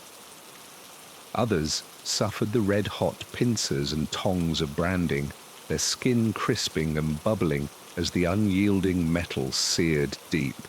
Many were broken on the wheel, their limbs hammered and splintered between the spokes until only a twitching sack of pulverized flesh remained. Witches and heretics burned at the stake, writhing and wailing as the flames consumed hair, skin, and fat in greasy gouts of smoke. Perhaps most fish of all was the practice of hanging, drawing, and quartering, a punishment reserved for only the vilest enemies of crown and church. In this grotesque ritual, the condemned would first be half strangled by the noose, leaving them twitching and purpled, but still agonizingly conscious. Then, as a sharp-bladed dirk plunged into their belly to spill steaming guts onto the scaffold, they were swiftly emasculated, the offending organs thrust into the bubbling mass. Finally, in an explosion of gore and viscera, the executioner's axe severed head from shoulders, releasing the criminal's tormented soul to whatever hellish judgment awaited. Such stomach-churning scenes played out with grim regularity across the mud and blood-splattered courtyards of medieval Europe. They served as a potent reminder of the utter brutality that awaited any who threatened the feudal order or ran afoul of the harsh, unforgiving codes of the time. In an age where life was already nasty, brutish, and short for all but society's upper crust, these gruesome spectacles sought to cow the masses into submission with the promise of even greater agonies for those who stepped out of line. Yet even amidst the cruelty and squalor of the Middle Ages, there were some who managed to rise above the muck and blood to achieve a sort of transgressive glamour. These were the dashing outlaws and gentlemen highwaymen who robbed from the rich to give to the poor. Their exploits celebrated in song and story long after the noose or axe blade claimed their necks. Bridging the gap between common cutpurse and romantic renegade, These merry men represented a tantalizing fantasy of rebellion against the suffocating strictures of feudal society. One of the most fabled of these figures was Eustace Foleville, the daring bandit and hood-clad scourge of 14th century Leicestershire. Born the youngest son of a respectable gentry family, Eustace seemed destined for a life of rural obscurity, another generation to work the land and uphold the family name. But a taste for wine, women, and wanderlust saw him cast out from hearth and home to make his fortune on the highways and byways of England. Blessed with a smooth tongue and a roguish charm, Eustace soon gathered a band of like-minded adventurers recruiting from the ranks of poachers, deserters, and fugitive peasants. Clad in Lincoln and armed with long bows and broadswords, Foleville's merry men prowled the great forests of the Midlands, lying in wait for plump merchant caravans and lumbering tax collectors. With a twang of bowstrings and a flash of steel, they would relieve their unlucky quarry of coin, silver plate, and the occasional comely daughter, all while leaving the poor and downtrodden conspicuously unmolested. As word of their exploits spread, Eustace and his men soon became folk heroes to the regions put upon peasantry. Tales circulated of the gallant highwayman who served as a thorn in the side of the local lords and bishops, audaciously robbing the rich to fatten the thin purses of widows and orphans. Balladers sang of Foleville's uncanny knack for slipping the noose, foiling the bumbling sheriff of Nottingham with quick wits and quicker feet. Beleaguered serfs marvelled at a bandit chieftain who not only thrashed the elites at every turn, but looked damn good doing it. All flashing eyes and impotent moustaches beneath that jaunty hood. But Evan's luck could not hold forever against the rising eye of the crown. After one caper, too many saw the gang making off with the golden candlesticks of the Abbot of Leicester. The king himself dispatched a picked force of knights and huntsmen to run the outlaws to ground. Foleville and his men made a daring last stand amidst the tangled oaks of Charwood Forest, their long bows thrumming and sword arms flashing crimson in the dappled light. In the end, though, the odds were too long even for such storied rogues. A blooded Eustace was dragged in chains before the scowling abbot to face the king's justice. A highwayman and rabble-rouser too dangerous to be left alive. Yet standing in the shadow of the gallows, he reportedly flashed his captives a devil-may-care grin, jauntily quipping, "I regret only that I have but one neck to give for the poor and downtrodden of this realm." Such insouciance in the face of doom only added to Foleville's legend, a rakish rebel who flew in the face of death just as he tweaked the nose of privilege in life. In the wake of Eustace's execution, the crown took ruthless steps to suppress any further banditry, unleashing a wave of gibbets and dungeons to cow the simmering unrest. Yet Foleville's memory proved harder to erase than his fleshly remains. For generations after, local peasants continued to whisper his exploits over evening ales, painting the dashing highwayman as a fallen hero of the forest, a merry avenger cut down by the bloated lords and bishops. In death, as in life, Eustace had slipped beyond the reach of mere temporal authority to live on in the popular imagination. While Eustace Foleville and his ilk offered a romanticized vision of resistance to the feudal order, the realities of life for most medieval criminals were far grimmer, especially for women. In a deeply patriarchal society where females were seen as little more than cattle, The justice system reserved particular brutality and scorn for women who stepped outside the suffocating confines of home and hearth. Even petty offences that might earn a man a day in the stocks could see a woman savagely whipped or disfigured. A female scold or gossip would be denounced as a noisy nuisance and a blight upon the parish before being subjected to the dehumanizing torture of the scold's bridle or branks.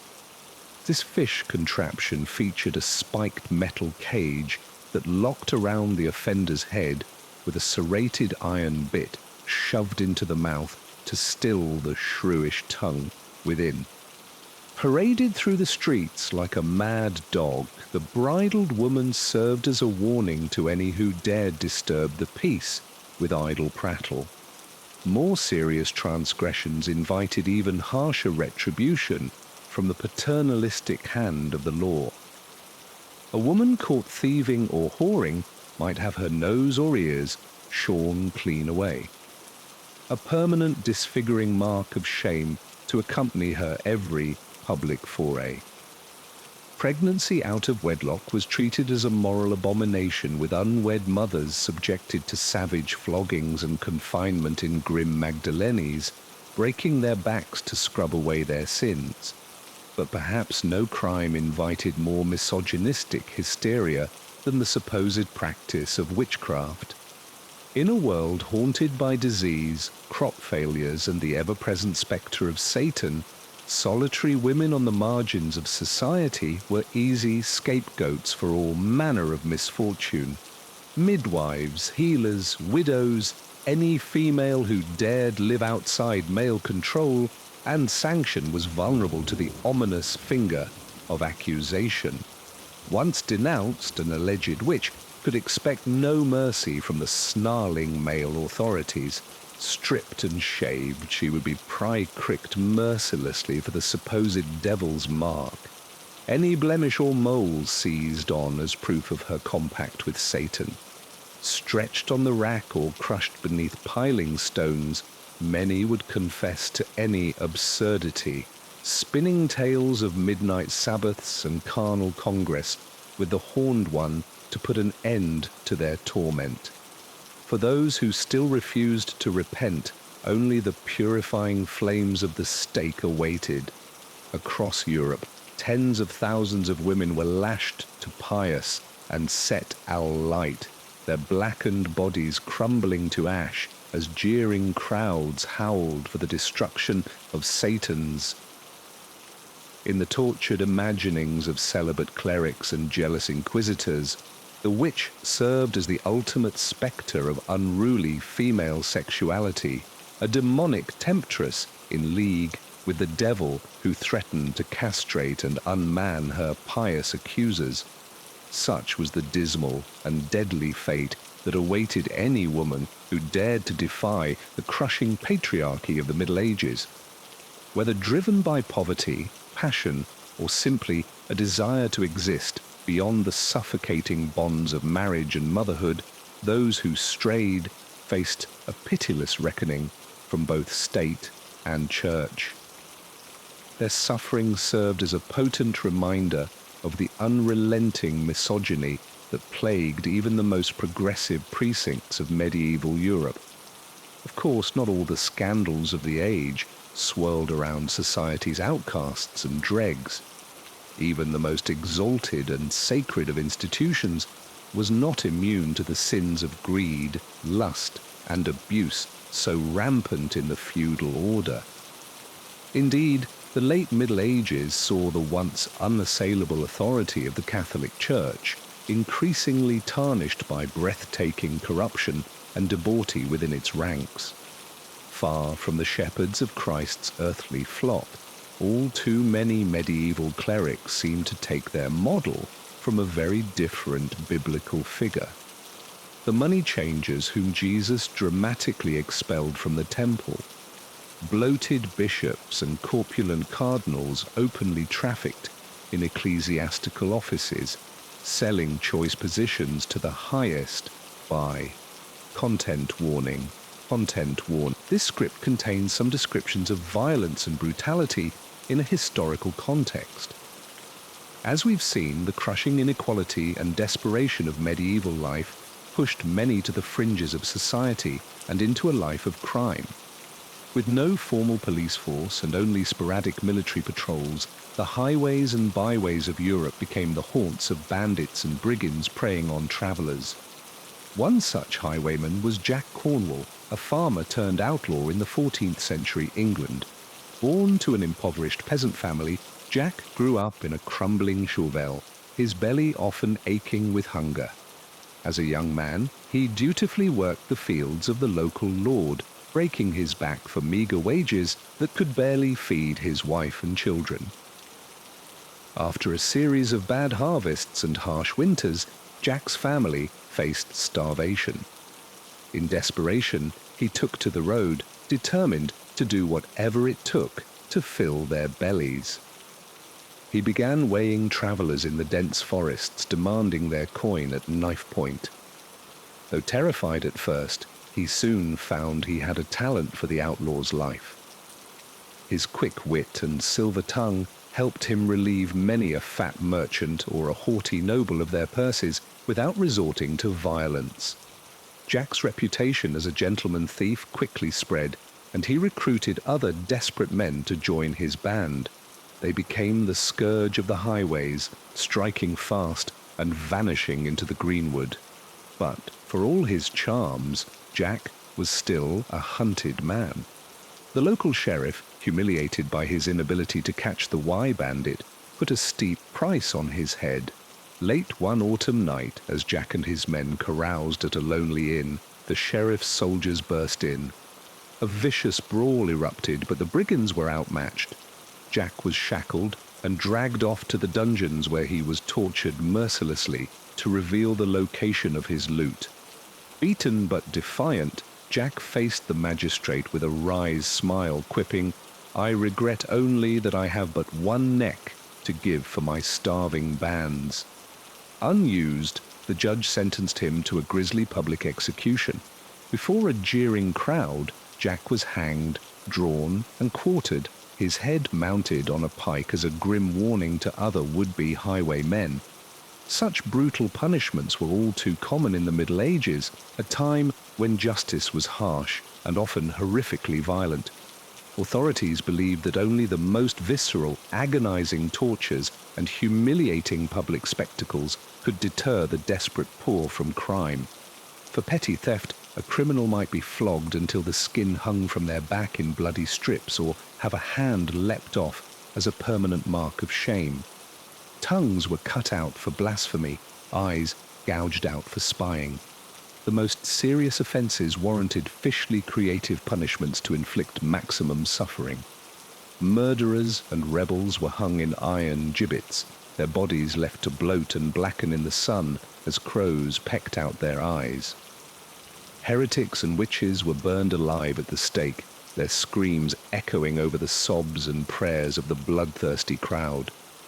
Traitors suffered the long, excruciating death of hanging, drawing, and quartering.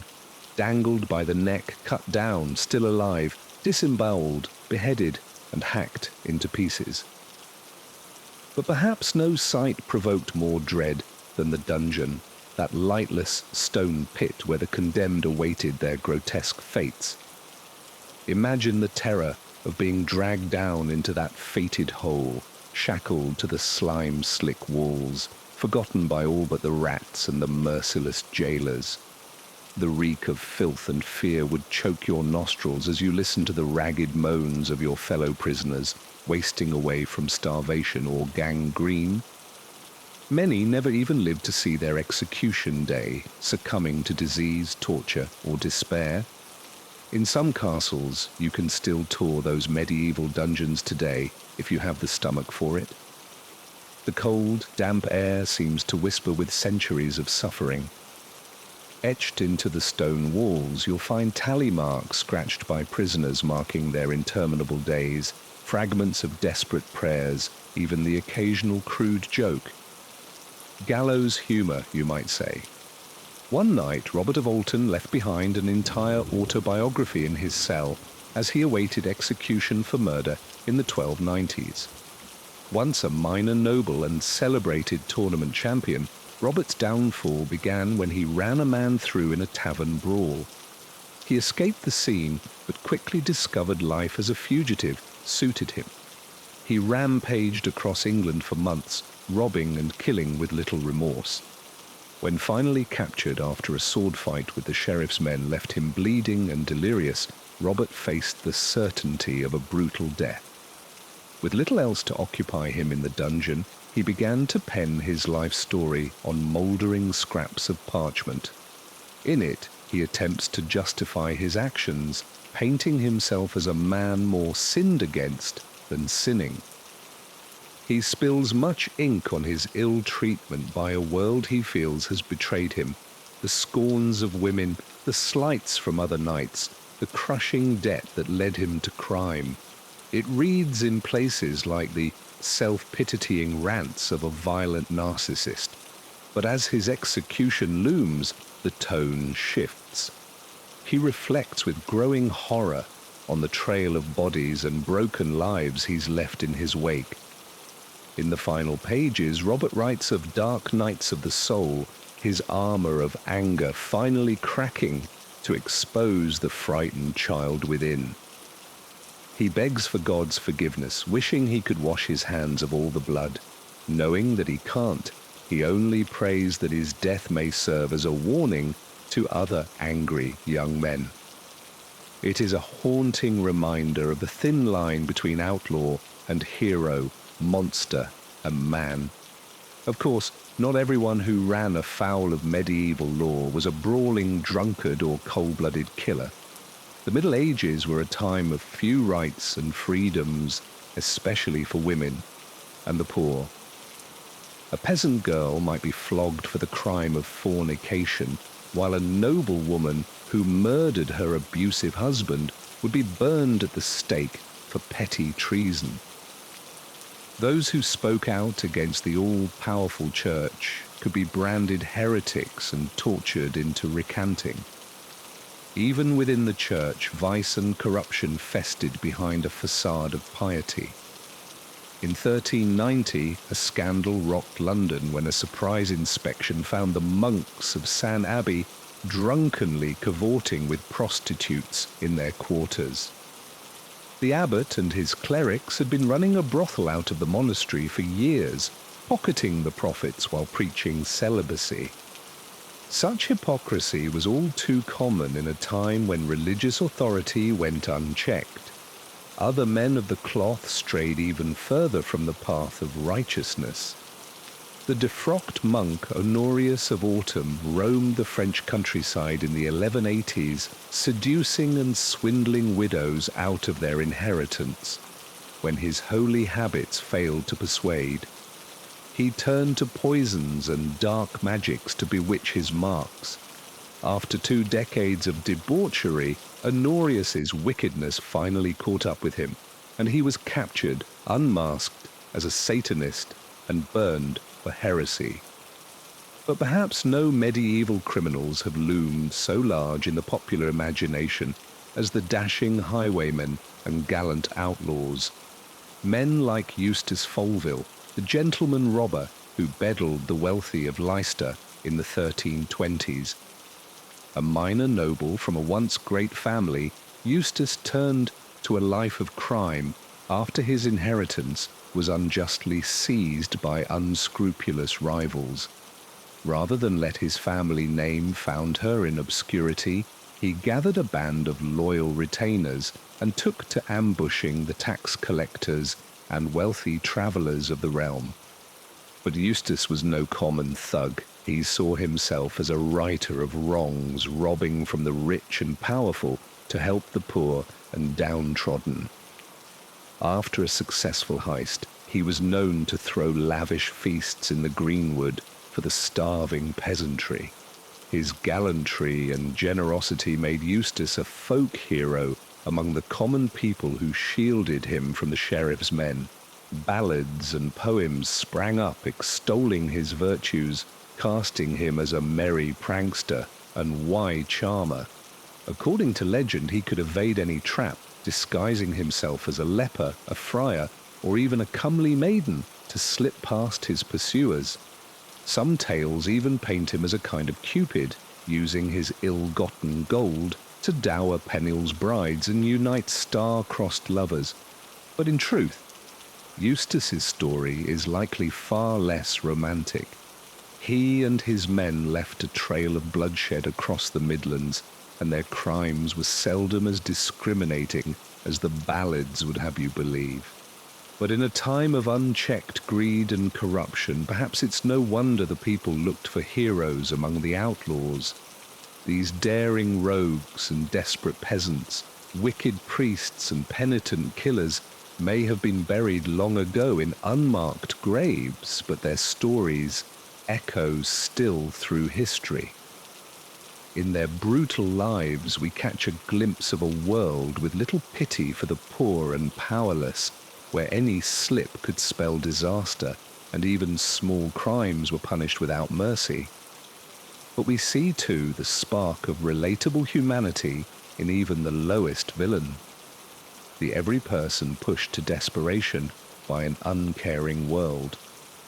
The outlaw revolutionary striving to balance the scales of justice, the regretful sinner seeking redemption in his final hour. While we may shudder at their baser deeds, we can't help but feel a twinge of recognition at their all-too-human foibles and yearnings. In the final reckoning, perhaps what fascinates us most about the criminals of ages past is the mirror they hold up to our own society. How far have we really come from a world where the poor are driven to desperation? The powerful can evade justice, and a person's worth is weighted by accidents of birth and fortune. Perhaps in our morbid curiosity lingers the uneasy knowledge that but for a trick of history, we might have found ourselves in the same wretched dungeons, our own follies and trespasses etched into the walls. But as we lie here, in the comfort of our beds, the soft glow of our nightlights holding the shadows at bay, we can be grateful that those brutal days are long behind us, a nightmare from which we've mercifully awoken. The outlaws and cutthroats of old have been laid to rest. Their grisly fates a fading memory. In our kier, gentler world, justice is tempered with mercy, and even the lowest among us can hope for a measure of dignity. So let us spare a moment's sombre thought for those unfortunate enough to have been born in cruel times when life was often nasty, brutish, and short.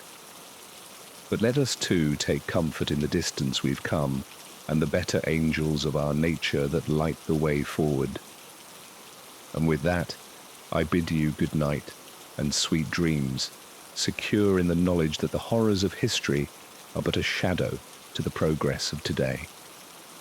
Sleep well. As the sun set over the thatched roofs and cobblestone streets of medieval England, the shadows grew long and ominous. For the poorest peasants scratching out a meagre living, each day was a struggle to survive, let alone stay on the right side of the law. Desperate times often called for desperate measures. One such desperate soul was Jack Cormall, a humble turnip farmer from the wind-swept moors of Devon.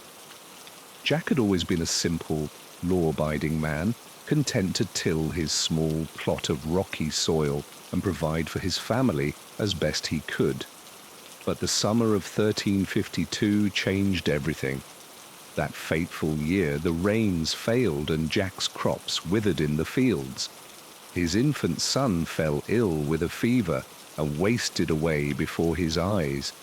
And when he could not pay his annual tithe to the local monastery, the abbot's thugs burned his barn to the ground as punishment. With his last scrawny ox trapped inside, faced with ruin and starvation, something snapped inside Jack Cornwall. He took to the highways with a stout oak staff, determined to take back from the wealthy a small measure of what had been stolen from him. By the pale moonlight, he lay in wait, his rangy figure cloaked in a mouldy black hood. At first, Jack held up solitary travellers for their purses and jewels, his face hidden and his rough voice quaking with adrenaline. But as his confidence grew, so did his audacity. He graduated to ambushing merchant caravans, making off with whole cartloads of riches. The people of Devon began to whisper of a dark figure haunting the moors. The hooded demon, they called him. No one knew his true identity. Some said he could melt into the shadows, that he sold his soul to the devil for unholy powers. Others claimed he had a band of followers, an army of beggars and outlaws terrorizing travellers across the Shire.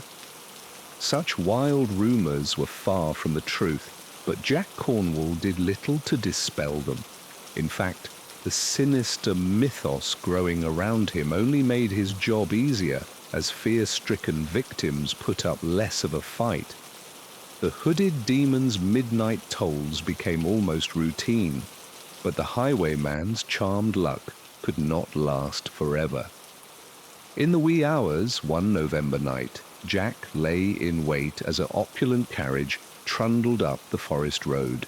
Its noble passenger no doubt weighed down with gold and jewels. Brandishing a rusty blade, he leapt out to accost his prize, only to freeze at the steely shriek of a dozen swords unshathing around him. It was a trap. The carriage rumbled off down the road untouched as the local sheriff's men swarmed out of the trees. Jack was beaten to the ground before he could even utter a threat. His face mashed into the freezing mud as shackles snapped shut around his wrists. The hooded demon's reign of terror was over. Word of the notorious highwayman's capture raced across Devon. In every tavern and town square, people buzzed with lurid rumours about the hooded demon's true identity and the terrible fate that awaited him. Most assumed he would hang before the week was out. But the sheriff had a cruel punishment in mind. To make an example of this brazen outlaw who had terrorized his lands, he ordered the prisoner publicly gibbeted, left to die of exposure in an iron cage hung from a crossroads gallows, his wretched body picked apart by ravens as a warning to all who would defy the law. Jack Cornwall's trial was a swift and one-sided affair, a mere formality in the eyes of the court. Still bruised and bloodied from his capture, he was dragged before the bailiff in chains, a rotten cabbage bouncing off his head as the crowd jeered his ragged appearance. The sheriff laid out the charges: highway robbery, assault, Satan worship, sedition. Jack protested that he was a humble farmer driven to desperation after a run of misfortune that was no fault of his own. But his words fell on deaf ears, and when the bailiff asked if any would speak in the prisoner's defence, he was answered only by a stony silence. Faced with a table laden with the jewels and silks he had stolen, Jack Cornwall could mount no meaningful defence. The hooded outlaw could only hang his head as the bailiff declared him guilty on all charges and handed down his sentence: death by gibbeting, to be carried out at dawn.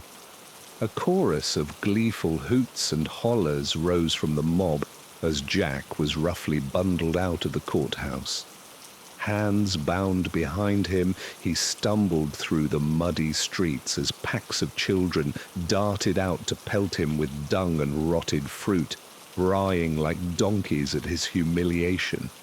Soon enough, the grim silhouette of the gallows loomed above him, its gibbets creaking mournfully in the whistling wind. A palpable hush fell over the mob as they parted to let Jack pass, their faces upturned in apprehensive anticipation. Even those who had Balaudist for his blood felt a twinge of unease at the sight of those rusted cages swaying beneath the crossbeam.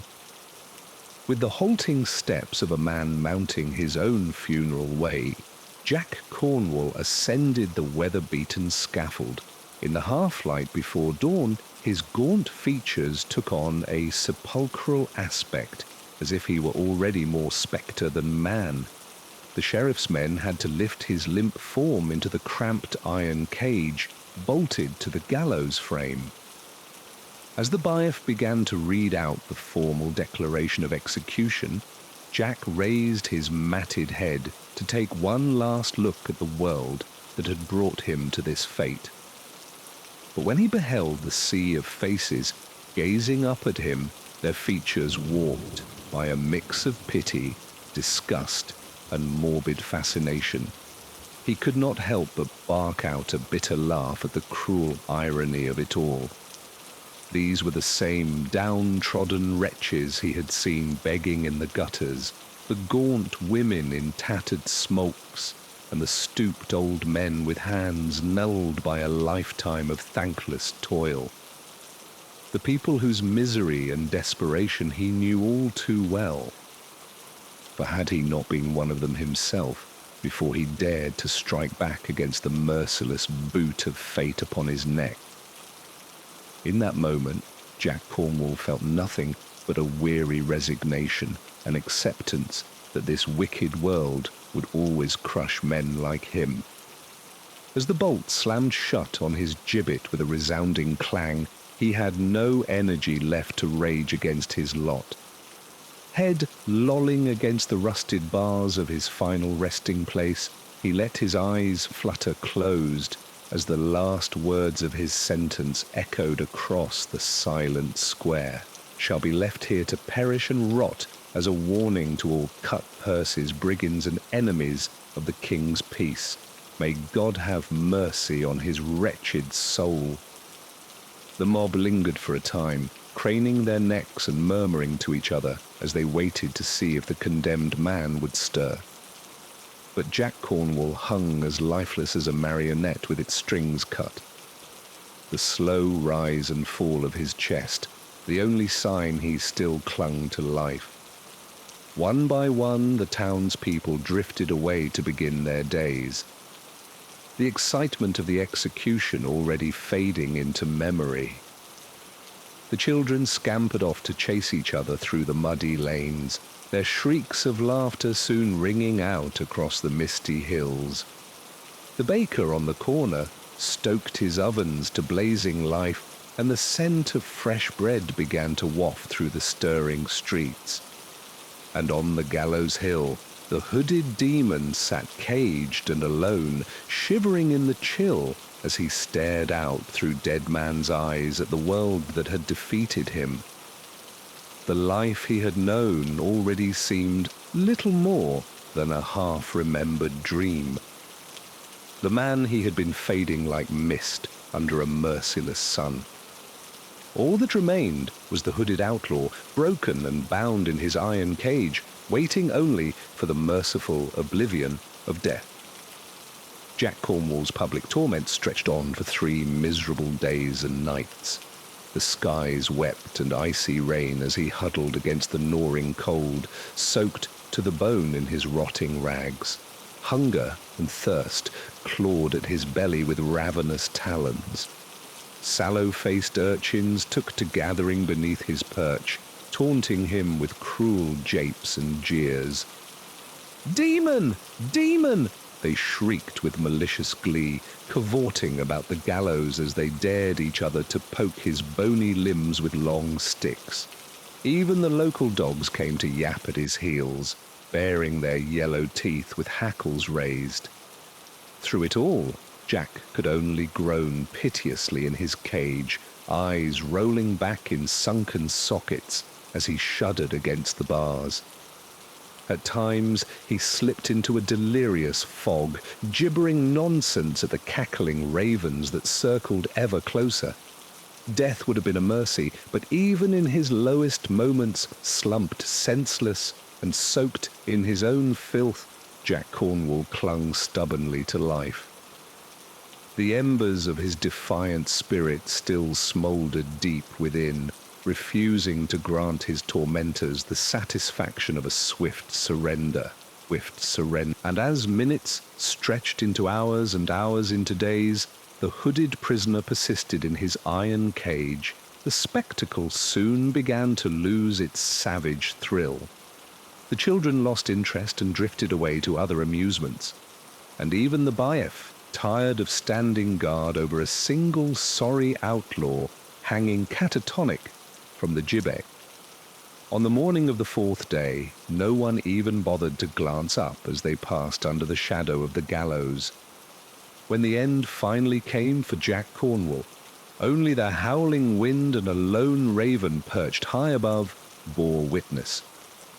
With a last rattling gasp, the hooded demon slipped his mortal chains and drifted off to whatever uncertain fate awaits brigands and outcasts in the next world. And so he hung rigid and lifeless until the bailiff's men finally cut him down and dumped his wasted corpse in an unmarked grave at the crossroads. The story of Jack Cornwall, the haunted highwayman of Devon, was not a particularly remarkable one in his day and age. Countless other desperate men took to the roads to prey on their fellow man, driven by gnawing poverty or simple greed. Public executions were a grimly routine spectacle in market squares across the land, and yet something about the hooded demon's wretched end seemed to resonate with the common folk who had watched him meet his grisly fate. In the years that followed, children continued to invoke the caged phantom of the crossroads gallows to frighten each other, daring their playmates to go and spit on the spot where he was buried after dark. Travellers still shuddered and crossed themselves as they hurried past that crumbling landmark, whispering their prayers that Jack Cornwall's unquy. His bleak story of a broken man pushed past all endurance lived on, passed down in creaking tavern tales and shivering whispers for generations to come. To the downtrodden and desperate, the hooded demon became a sort of twisted folk hero, a spectre of gallows hung vengeance against the rich and mighty, however hopeless his stand had been. They raised toasts to old Jack Cornwall's memory and hummed darkly jaunty ballads about the scourge of the highways, even as they prayed their own lives would never follow his dismal path. And on chill November nights, when the skittering leaves sound like bony fingers scraping across bare branches, some folk still shuddered and peered wearily over their shoulders as they skirred home through the gloom, half convinced they had caught a glimpse of a ragged black hood lurking at the crossroads up ahead, waiting to weigh the unwary. But the truth, of course, was that nothing remained of Jack Cornwall, save a few yellowed bones mouldering beneath the weathered gallows hill. The man himself had been all too mortal, ground to dust between the merciless gears of his age. In that at least his short and brutal story was all too common. A glimpse into the miserable lives of the faceless thousands condemned by fickle fate to suffer and perish as Peniel's criminals unmourned and unremembered. Welcome back, dear listener, to our immersive journey through the dark underbelly of medieval crime and punishment. As we continue our exploration, we find ourselves in the fetid alleys and seedy taverns frequented by society's most disreputable characters. Picture a dimly lit ramshackle inn on the outskirts of 14th century London. The air is thick with the stench of unwashed bodies, stale ale, and simmering stew of questionable origin. Huddled around a rough-hewn table in the corner, a group of unsavory men converse in hushed tones, their faces obscured by hoods and flickering candlelight. These are the members of the notorious Foleville gang, a band of aristocratic outlaws who have turned to a life of crime. At the head of the table sits their charismatic leader, Eustace Foleville, Tall and lean with piercing blue eyes, Eustace cuts a dashing figure in his fine woolen cloak and tall leather boots. Born into a wealthy land-owning family, Eustace had every opportunity for a life of privilege and comfort. But a taste for adventure and a hatred for injustice led him down a far different path. As Eustace sips from a flag of mead, he recounts their latest daring exploit to his eager men. "Lads," he grins roguishly. That fat tax collector didn't know what hit him. His purse was fatter than a Christmas goose. The men gap before and clink their tankers in approval. You see, in an age of rampant corruption and inequality, Eustace fancied himself a champion of the common man. He and his band of merry men would lie and wait along lonely forest roads, ambushing wealthy merchants and government officials. But rather than keep the spoils for themselves, Eustace insisted they distribute the loot among the grateful peasantry. You should have seen the looks on them villagers' faces, chuckles one scruffy outlaw. It was like Father Christmas himself had come.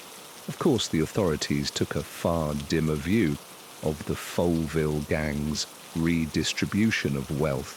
They were wanted men with hefty bounties on their heads, but Eustace's cunning and local popularity always kept him one step ahead of the sheriff's men. The Folleville gang's exploit soon became the stuff of legend, celebrated in ballads and folklore. Tales spread of their daring daylight robberies and Eustace's incredible feats of archery. According to one story, a pursuing posy had Eustace surrounded and trapped up a tree, but the wily rogue simply leapt from the branches onto his waiting horse and galloped away to freedom, laughing heartily. But life as a medieval outlaw was still fraught with peril, however romanticized. Violent clashes with soldiers, desperate flights from the law, and the ever-present threat of betrayal were sobering realities, and if captured, a brutal public execution doubtlessly awaited, with one's name recorded as a villain for the ages. As our scene in the tavern winds down, Eustace and his gang slip out into the misty night to plan their next caper. Little could they know their legendary run would last only a few more months before a fateful final encounter with the sheriff's forces. But that, dear listener, is a harrowing tale for another time. For now, let us take a moment to reflect on the Folleville gang and what their controversial crimes reveal about the Robin Hood figures who arose in times of great oppression and inequity. Men like Eustace were heroes to some, reviled criminals to others, and perhaps a bit of both. Their stories continue to fascinate us centuries later and offer a window into the complex social landscape of the medieval world. But now the hour grows late and the candle burns low. Rest your weary head and let the misty forests and daring outlaws of your fade into the soft embrace of slumber. In our next episode, we'll explore the harsh fates of female criminals in the Middle Ages and some scandalous tales of misbehaving nuns. Until then, good night and sweet dreams. Sure, I'd be happy to continue the immersive documentary-style script exploring the brutal lives of criminals in medieval Europe. Let's pick up where we left off as we transition from the chaotic social context that bred so much crime to a vivid profile of one notorious criminal's life. Perhaps no medieval highwayman struck greater fear into the hearts of travelers than the shadowy figure known as Jack Cornwall.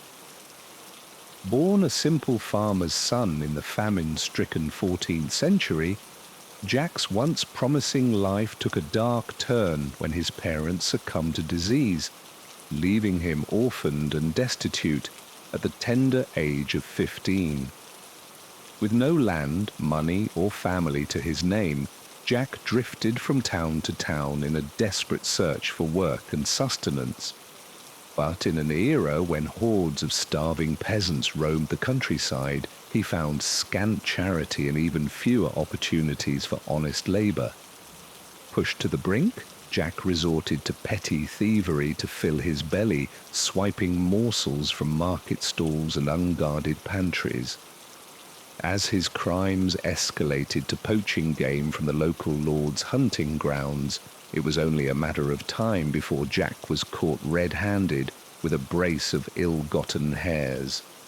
Hauled before the bailiff's court, the penniless youth could only throw himself on the mercy of the sneering magistrate, who offered a stark choice: the loss of a hand or enlistment in the ongoing war against France.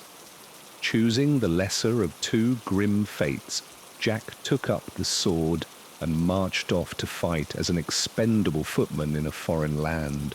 For 6 long years he slogged through muddy battlefields and disease-ridden camps, watching his comrades fall to French arrows and the merciless flux. Through it all, he somehow survived, clinging to life even as his soul withered. When he finally limped home, physically scarred and mentally shattered, Jack found an England that offered its returning heroes nothing but hunger and scorn. His soldiering done, he drifted back into vagrancy and petty crime to keep body and soul together in a world that had no use for him. Perhaps Jack's path to Outley was all but inevitable, given the brutality and deprivation of his early years. Some might say the feckless farmer's son had always been a bad seed, destined to meet a bad end. But who can judge what cruelties, great or small, might twist any of us into rogues? If our bellies were empty, our hopes dashed, our hearts hardened. All we know is that by the spring of 1354, when the trees and hedge along the old Roman roads turned green with new life, a very different Jack Cornwall stalked beneath their branches, no longer a scrawny stripling scrabbling for crusts. This Jack was a cunning predator, cloaked in well-worn leathers, a long bow on his back, and a long knife at his belt. When a fat merchant or haughty nobleman came canering down the track on a well-fed horse, this Jack stepped from the shadows to block their path. Bow drawn and eyes cold as flint, he demanded a toll for passage along the King's Highway. Those who paid up were let pass with a mocking bow, relieved of mere coin and pride. Those who blustered or balked soon found an arrow through the chest for their trouble. Jack's reign of terror proved lamentably long and lucrative. For nearly 3 years he waylaid travellers on the lonely roads of Wessex, amassing a growing hoard of gold and jewels, which he did his best to drink, gamble and tolder away in nameless ale-houses that asked no questions. In those dens of iniquity, tongues loosened by Jack's ill-gotten coin spun admiring yarns of the gentleman highwayman, a merry rogue who robbed the rich to slake his own thirst for wine, women, and song. But for all his cocky charms, the low-born bandit was playing a losing game against the powers that be. When a wealthy bishop was relieved of a hefty chest of church tithes, the authorities vowed to bring Jack to heel at any cost. Wanted posters blanketed the countryside, offering a tempting bounty for the outlaw's head. Informers crawled out of every tavern and hoel, eager to sell out the rogue who had bought their silence with his pilfered silver. One moonless night, as a drunken Jack slept off his cups in a shabby rented room, a cadre of the sheriff's men kicked in the door and dragged him out in chains. Hauled before a court hastily convened by torchlight, the notorious highwaymen faced a table of stone-faced magistrates who cared little for his slurred protestations of innocence. The rough justice they offered was as swift as it was merciless, a summary verdict of guilt and a sentence of death on the gallows. But if the outraged officials thought a quick execution would put an end to Jack's infamy, they badly misjudged the temper of the times. Spurred by the kingdom's many miseries, the common folk were only too ready to embrace a rogue who had gleefully flouted the law and made the wealthy pay for their privilege. By the time Jack took his last breath, kicking at the end of a rope, a cheering crowd hailed him as a hero, a dashing rebel who had beaten the odds for one shining moment. The story of Jack Cornwall in all its squalid glory reminds us just how thin the line could be between starving desperation and murderous criminality in an age of rampant inequality. For every swashbuckling rogue enshrined in folk ballads, there were doubtless hundreds of forgotten thieves, cutpurses, and brigands, most doomed to short, brutal lives in the shadows of society. Indeed, the grim fates awaiting most malefactors in the Middle Ages could put to shame even the darkest imaginings of the modern true crime aficionado. In an era before police forces or proper prisons, the authorities relied on a stomach-turn-earning array of public punishments to cow would-be criminals into submission. Consider, if you will, the ghastly spectacle known as gibbeting, reserved for only the most reviled offenders. This ingenious torture involved encasing the malefactor in an iron cage and hanging it from a tall post at a crossroads, leaving the wretch to slowly expire from thirst, exposure, and madness. As crows pecked at their withering flesh and their agonized shrieks echoed across the landscape, these doomed souls served as a grisly warning to all who might dare to defy the king's justice. Yet gibbeting was but one of many hellish fates that could befall the enemies of order in those chaotic times. Common thieves might find themselves pilloried in the town square, their head and hands locked in wooden stocks as the jeering crowd pelted them with stones and rotted produce. Adulterous women faced the biting lash or a shaming walk through the streets in a rough spun robe. Heretics and blasphemers had their tongues torn out or their flesh seared with red-hot irions. But of all the cruel and unusual punishments dreamed up by the sadistic minds of the Middle Ages, perhaps none inspire such lurid fascination as the dungeons that lurked beneath many a stately castle. Far from the airy halls and sun-drenched courtyards above, these dank, fated pits were living hells, where the unfortunate might be left to rot for years, decades, or even the rest of their miserable lives. Picture, if you can, being dragged down a narrow, twisting stair and flung into a windowless stone cell, your only furnishings a heap of mouldy straw and a bucket for your wastes. The heavy oak door slams shut, leaving you in utter darkness, the stale air thick with the stench of unwashed bodies, human filth, and creeping despair. Your only human contact is the sneering jailer who shoves a crust of maggoty bread through a slot in the door from time to time, barely enough to keep body and soul together as your teeth fall out and your muscles wither to nothing. In the condemned holes, prisoners might have heavy weights chained to their arms and legs as they awaited a traitor's grisly death of being hanged, drawn, and quartered. The only escape was the final release of an agonizing demise from starvation, disease, or slow torture. Yet, even in the bowels of those nightmarish pits, the unconquerable human spirit sometimes found expression. In the Tower of London, the world's most storied dungeon, Centuries of prisoners whiled away the maddening hours by etching graffiti into their cell walls, crude drawings, tur prayers, even bits of gallows humour. These desperate scratchings bear witness to the fears and yearnings of forgotten souls in their darkest hours.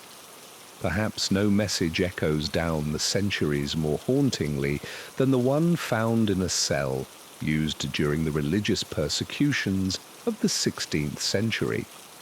In shaky, uneven strokes, as if carved with a smuggled nail, some anonymous martyr to conscience left this poignant plea, "Lord, help me, for I am helpless." We can only imagine the courage and despair behind that fragmentary cry, a voice from beyond the grave reminding us of the cruelties our kind is capable of in the name of King and God. Of course, not every enemy of the state moulded away endurance vile. Some larger-than-life outlaws thrived for a time in defiance of the law, winning the hearts of the common folk with their brazen exploits and cheeky refusal to bend a knee to their supposed bets. These merry men and women inhabited a shadow realm of romance and roguery that still colours our notions of the Middle Ages. Consider, for instance, the legend of Eustace Folville, the 14th century nobleman turned brigand chief who made his name ambushing tax collectors as they travelled the highways of the English Midlands laden with sacks of silver.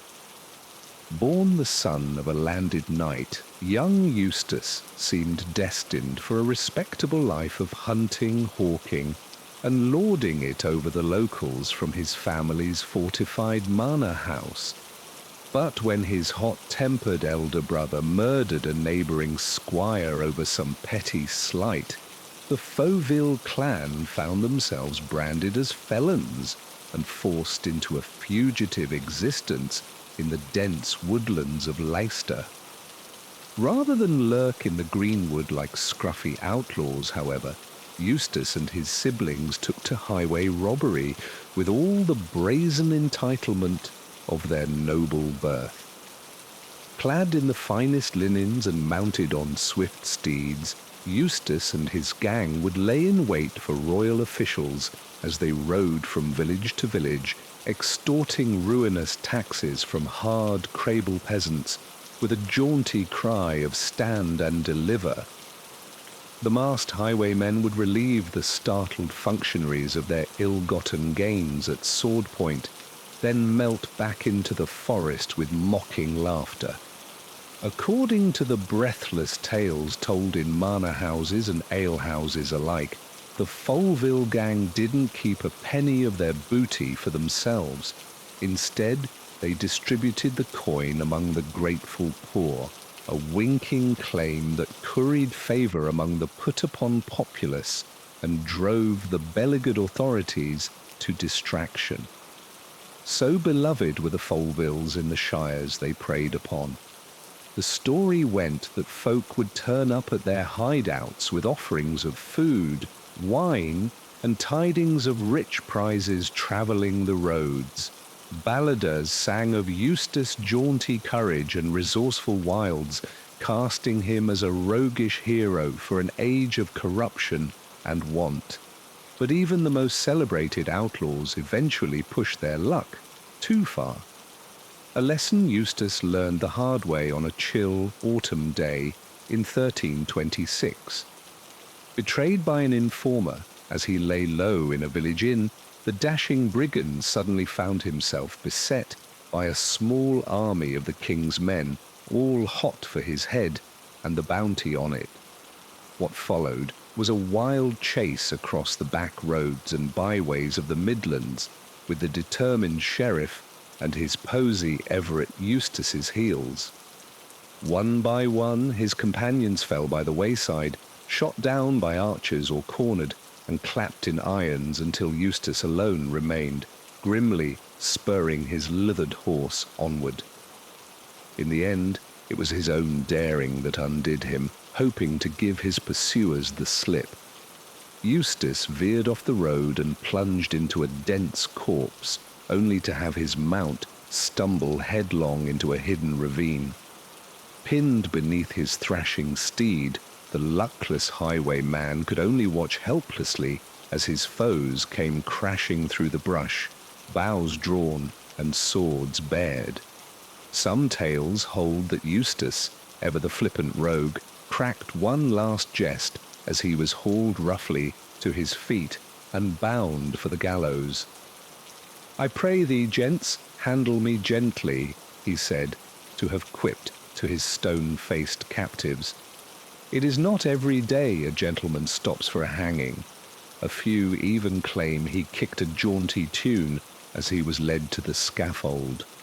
But in truth, Eustace's final moments were likely far grimmer than the minstrels would have us believe. For all his panache, he was still a convicted felon facing the brutal reckoning of the day. Whether he begged for mercy or blustered to the end, his fate was sealed the moment the hangman's noose closed around his neck. So passed Eustace Folville, the courtly cutpurse whose swashbuckling legend would long outlive his mortal form.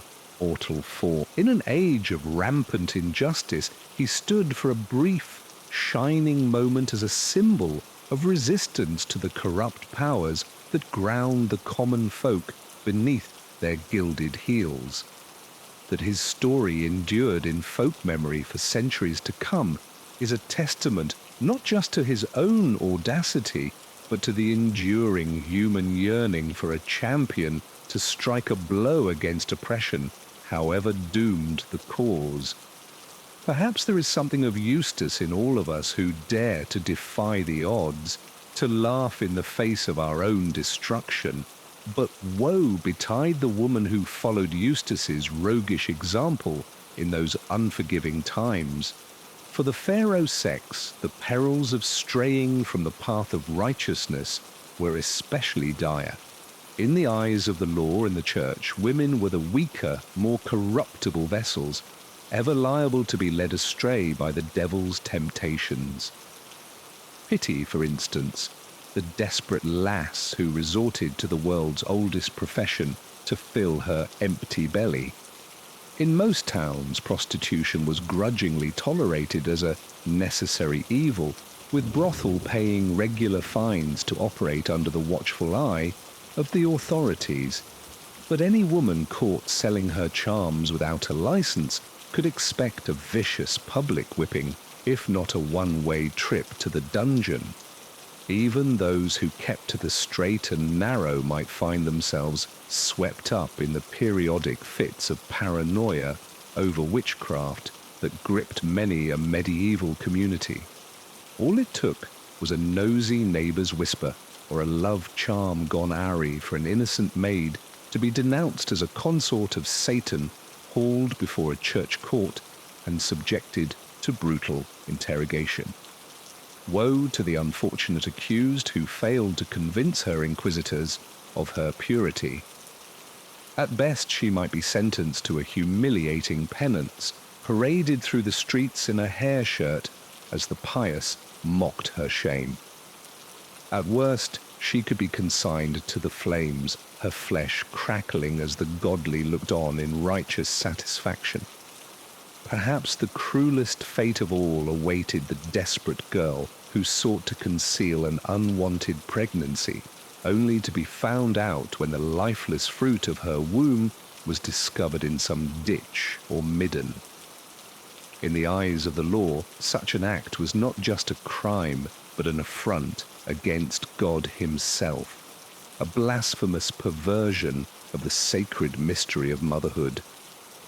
For the convicted infanticide, the road to the gallows was especially grim. Often she would be forced to carry the swaddled corpse of her dead babe to the place of execution. The eyes of the whole community boring into her back as she stumbled along in her final agony. In some especially cruel jurisdictions, she might even be buried alive with her tiny victim, their mouldering bodies entwined for all eternity. These then were the unbending codes of morality that bound women fast in the Middle Ages, the ever-present threat of hellfire and damnation that shadowed their every step. But even the haughty men who sat in judgment over them were not immune to the snares of sin, as the sordid annals of clerical crime make all too clear. For in a world where the Church wielded immense temporal power alongside its spiritual might, the temptations of the flesh often prove too much for even the most exalted men of God. Brace yourself, dear listener, for a tour through the scandalous underbelly of medieval faith, a squalid saga of corruption, hypocrisy and depravity that exposed the rot at the very heart of Christendom. Where to begin cataloguing the transgressions of the taunted set? Perhaps with the sin of simony, the all-too-common practice of buying and selling church offices like so many sacks of grain. In an age when a plum bishop could come with vast estates and an army of serfs to work them, many a grasping cleric was all too eager. As we've seen, the brutal realities faced by medieval criminals were a far cry from the romanticized tales of dashing outlaws and merry men. The vast majority led desperate, squalid, and short lives driven to crime by poverty, abuse, or sheer survival. Even the lucky few who enjoyed brief success usually met with grisly ends as public spectacles of torture and execution. But perhaps there's a strange comfort to be found in these dark tales from our past. They remind us of how far we've come as a society. However imperfect our modern world remains. No longer must the downtrodden resort to highway robbery to fill their bellies. Gone are the days when a starving youth might have their hand chopped off for swiping a loaf of bread. We may still have crime and injustice, but it pales in comparison to the everyday cruelties of the Middle Ages. So, as we lay here in the darkness, let us spare a thought for those poor doomed souls. The Jack Cormals and Robert of Altons who cried out in despair from dungeon cells or swung from gallows poles abandoned by the world. May their suffering not have been entirely in vain. May we learn from their hard lives to build a society of greater justice, mercy, and humanity for all. The medieval world can seem impossibly distant to us now, separated by centuries of progress. But in many ways, those who lived then were no different than you or I. They too dreamed of happiness, love, and a better life. Even as their world made such things a distant luxury, they struggled each day to survive and provide by whatever desperate means necessary. Some turned to crime, others to prayer, but all were searching for a way out of the darkness. So perhaps there's a strange kinship to be found with our medieval forebears, however removed their reality was from our own. A recognition of the enduring human spirit that has carried us through plague and war, famine and tyranny, to the unprecedented peace and abundance we enjoy today. We are the heirs to their suffering, the lucky ones who made it through to a brighter tomorrow. In that sense, we carry their memory with us, whether we realize it or not. And so, my fellow traveler, I invite you to drift off into gentle slumber with a feeling of profound gratitude for the blessings of the present, for the warmth of your bed, the safety of your home, the rule of law that protects you. These are the hard-won fruits of centuries of progress, paid for by the blood and toil of those who came before. As you sink into oblivion, let your final thought be one of compassion for all those lost souls who never knew such comforts. May they rest in peace, knowing that their struggles were not forgotten. And so our journey through the annals of medieval crime comes to an end. I hope you found it a fascinating, if somewhat macabre tour through a lost world of desperation and brutality. There are countless more tales that could be told of daring prison breaks and infamous scandals, of corrupt sheriffs and bribed juries, but those will have to wait for another night. In the meantime, I humbly ask that if you enjoyed our time together, you might consider showing your support with a like or a subscribe. It really does help me to keep the torches burning here at the Boring History Company. But if not, no worries at all. I'm just grateful to have had you along for the ride. So, thank you, dear listener, for lending me your ear and your imagination. It's been a true pleasure sharing these dark corners of history with you. I hope you'll join me again sometime for another journey into the forgotten past. But for now, I bid you good night and sweet dreams. May your sleep be as deep and peaceful as a medieval king's, unburdened by the cares of this world. Until next time, this is your humble host signing